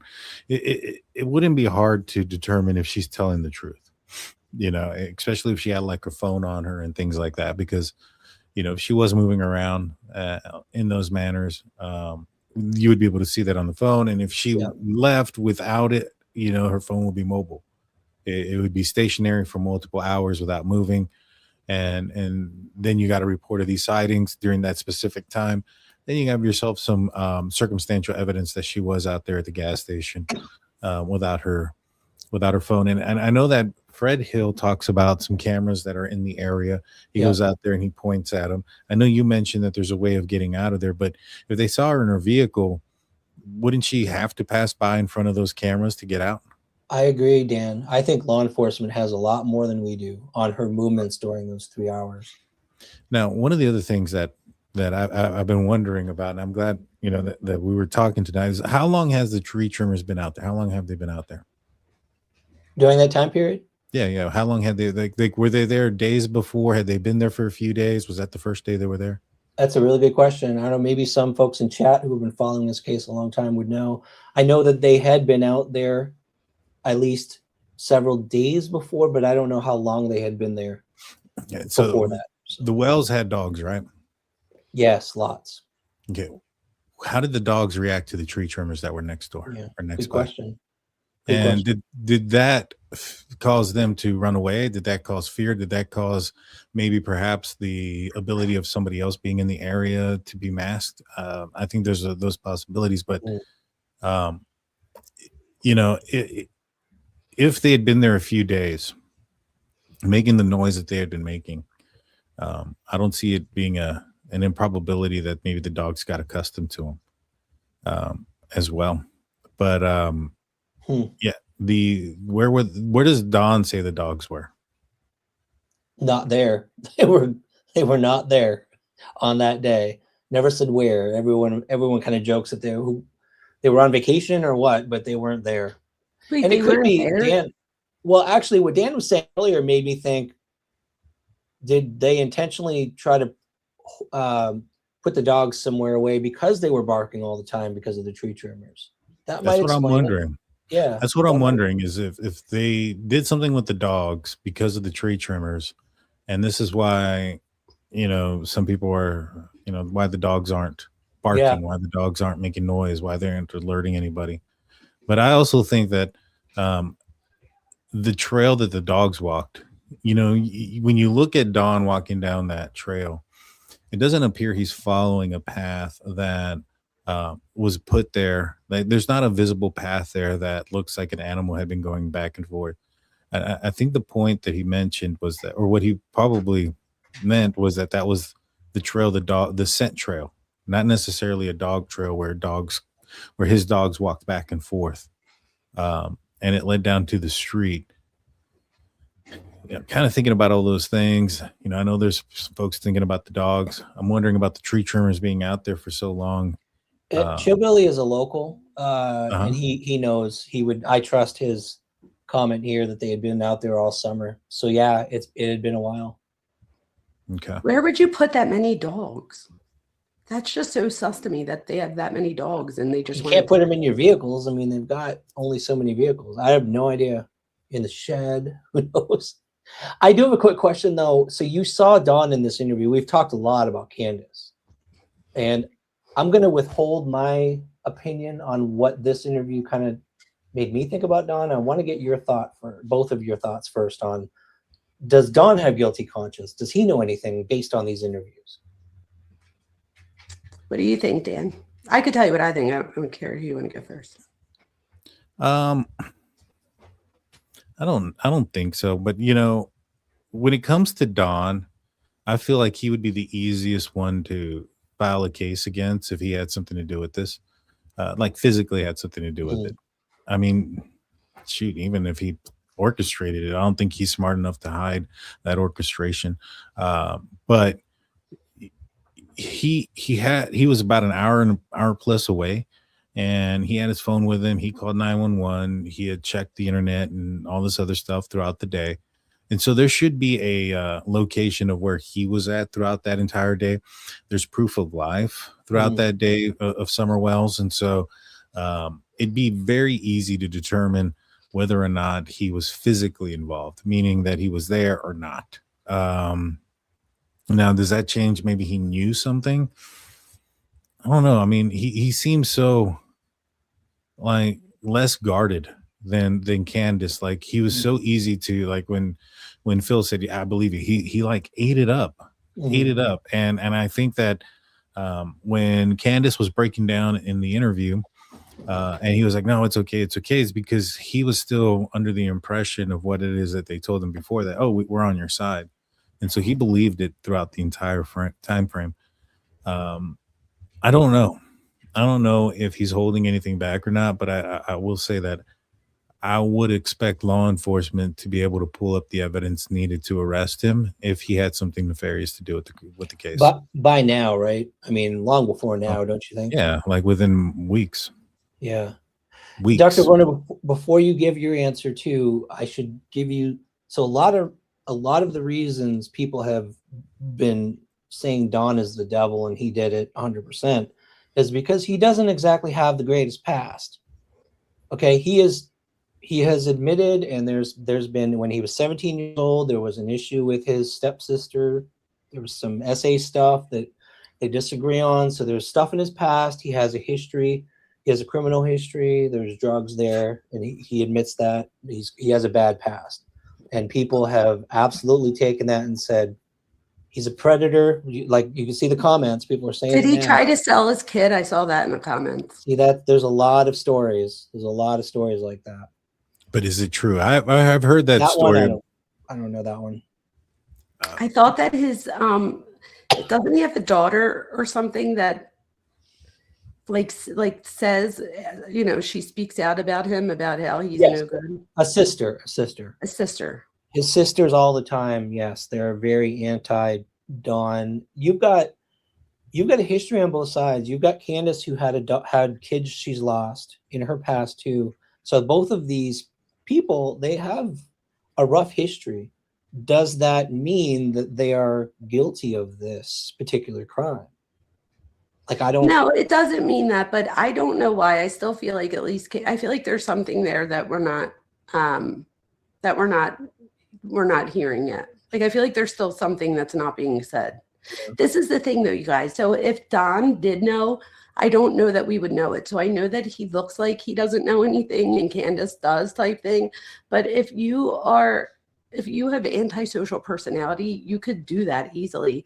And that's why a lot of people, like if you think about it, serial killers that got away with it for 30 years, like they would kill and then go home and eat dinner with their family, like nothing happened. So like you would have a lack of anxiety. So I would expect that. This is my thing. You pulled up the comment. Someone said something about Don, about being ill-advised to, like underestimate him or whatever. I could see why somebody would say that. And I just feel like there's just a lot of bad things that have been said about him in the past. And even I heard one thing that he said where he was like, they asked like, what do you think happened to her? And he's like, oh, they definitely like did something bad to her. Like he went right to like sex and like torture type thing. And I was like, wait, what? Like, I don't even know that I'd be able to put my brain there. If like, I don't know. Yeah. He's like really into like that movie Freedom, Song of Freedom. Yes, yeah, very much. And he's very much influenced like by that. I don't know what that is. I'm gonna have to look it up. It's a movie involving sex trafficking and things of that nature with children. So Dr. Vona, if you talk to him in person today, most of what he will talk to you about is his theory that there's a conspiracy through CPS abducting children and selling them, and it's a massive conspiracy in his head, and that Summer was a victim of this, and it's like conspiracy theory level. So I think that we sometimes say things and we tell some truth in what we're saying. So could it be that he knows something about a SA ring type thing, and maybe it's not the government? Maybe. So like, I feel like, is there a little bit of truth in what he's saying, but not all truth? Because we see that often with, and again, I don't know. You would know more than I do. Yeah, but your insight into this interview in particular is very valuable to me, because when I watched it, and I think that's kind of what Dan was saying earlier, is he seems like he's sitting there going, thank you, Dr. Phil, exactly, we're innocent. And like, what you just said, it looks like he doesn't know anything and that she's hiding something. And that's on a superficial way of looking at it. That's what it looks like. And what I'm getting from you is we should probably go beyond the superficial. For sure. And that with Dr. Phil, when he was saying that, and he was like, yeah, like the way I took that more, I took it the same way, but I thought of it differently. So what I thought of it as is that if you have like antisocial personality, you might think that somebody else is on your side in that moment, not realizing that they're not. So that's how I took it, is that he didn't get that Dr. Phil was trying to manipulate back, because I feel like he is the one that usually has control in the relationships or situations. I don't, that he has. So I feel like he's the one that, and when he doesn't have control, I'm sure he's in a situation where he could just get up and leave and not talk to that person. So it's like, do you see what I mean? So I feel like I don't think that he was ready for Dr. Phil to come at him or challenge him the way that he did. And Dr. Phil never did the way he did with Candace either, if you think about it. Like, he turned to Candace and he said, what do you know? You notice he didn't do that to Dawn, and I wonder why. So when he does say with Dawn, it's because he tells him to let Candace answer. Yeah. But you're right, he doesn't. And I think that part of that could also go with, who knows, Dr. Phil might be thinking like, he has to tread lightly. I genuinely believe, because I never would have thought this until, like, if we didn't have this talk tonight and I just watched Dr. Phil, I would have never caught the part about how Dr. Phil says, like, I don't think you're guilty. Like, it would have never occurred to me that maybe he was doing that more as like why he was doing that. And I almost feel like she was under that impression that he was going to help her, be on her side type thing. And that every time he felt that she was starting to question him, that was his way of ensuring her that I'm on your side. He even said, I'm on your side in the one part. He did. Yeah. But I feel like Don was like taking that in as, see, he's on my side. I also thought that the way Dr. Phil went towards Candace in those moments was because he saw her as the weaker person. For sure. He probably thought that if he's going to break one of them, it's going to be her. And so make point. sure that she's answering the questions. That's a really good point. I'm surprised that they didn't try to talk. I mean, I don't know. Maybe they did try to talk to her without Don. Like, I just think it's interesting that whenever she's being interviewed, he's right there. Yeah, I'll tell you, I think that she might have requested that because every single media interview, either he was there, I think of her request, or since a certain point, I don't know if it was 2023, 2024, she flat out was like, no more media. Dawn did them all. She wanted him to do it. She refuses to do any. So more yeah. than her request, it could be his wanting to set the narrative the way that he wants it to be set. And maybe he doesn't feel like she's capable of doing that. Yep.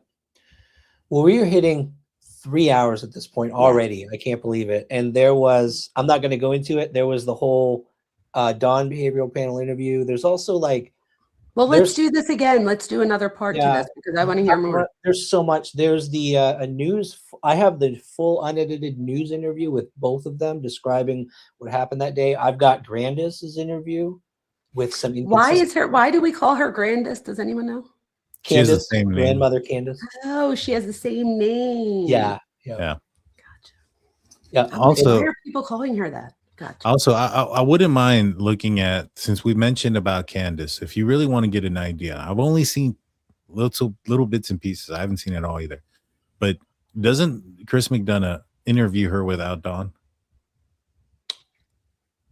I mean, I think he does. when he's doing the house tour, Doesn't he just show up there? McDonough does. Yes, Chris McDonough does at the water hole, at the swimming hole, and at the house.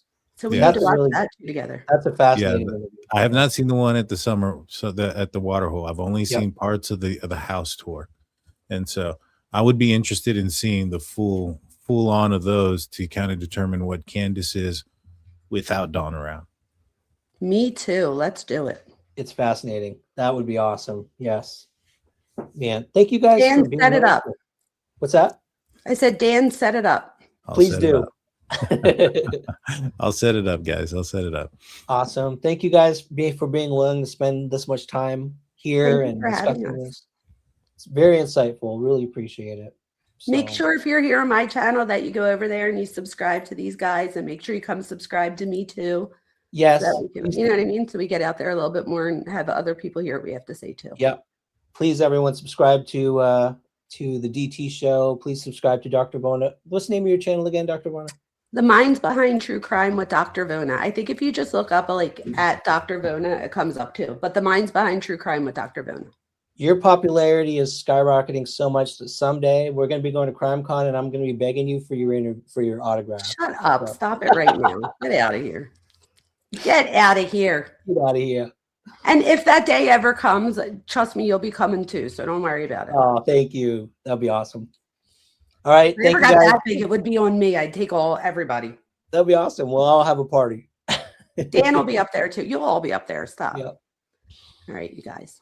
All right. Awesome. Thank you guys. Have a great night. Love talking to you. Talk to you later. Bye, you guys. Thank you for having me. Bye. All right, everyone. That was a lot to dive into. I had more clips to go through, but these lives, man, 3 hours hits so fast. And like we talked about, there's a lot of other interviews. There's a lot of other videos we're going to be going over. So we're going to do it again. It might be on Dan's channel, might be on my channel, might be on Dr. Vona's channel, but we multi-stream, so you'll catch it everywhere. So Thank you for all the great comments tonight. You guys were wonderful. Thank you, mods, for taking care of any trollish comments. Appreciate that. Again, please do subscribe to DT channel, Dr. Vona, or if you're not subscribed to us, please make sure to subscribe. We love having the tribe growing, and we love these discussions, these in-depth discussions, and having you guys here just icing on the cake. So it was wonderful. Thank you so much. Appreciate you all too. Thank you, Lulu. Thank you, everyone. Please have a great night. Have a wonderful week, and we will see you next time. Bye-bye.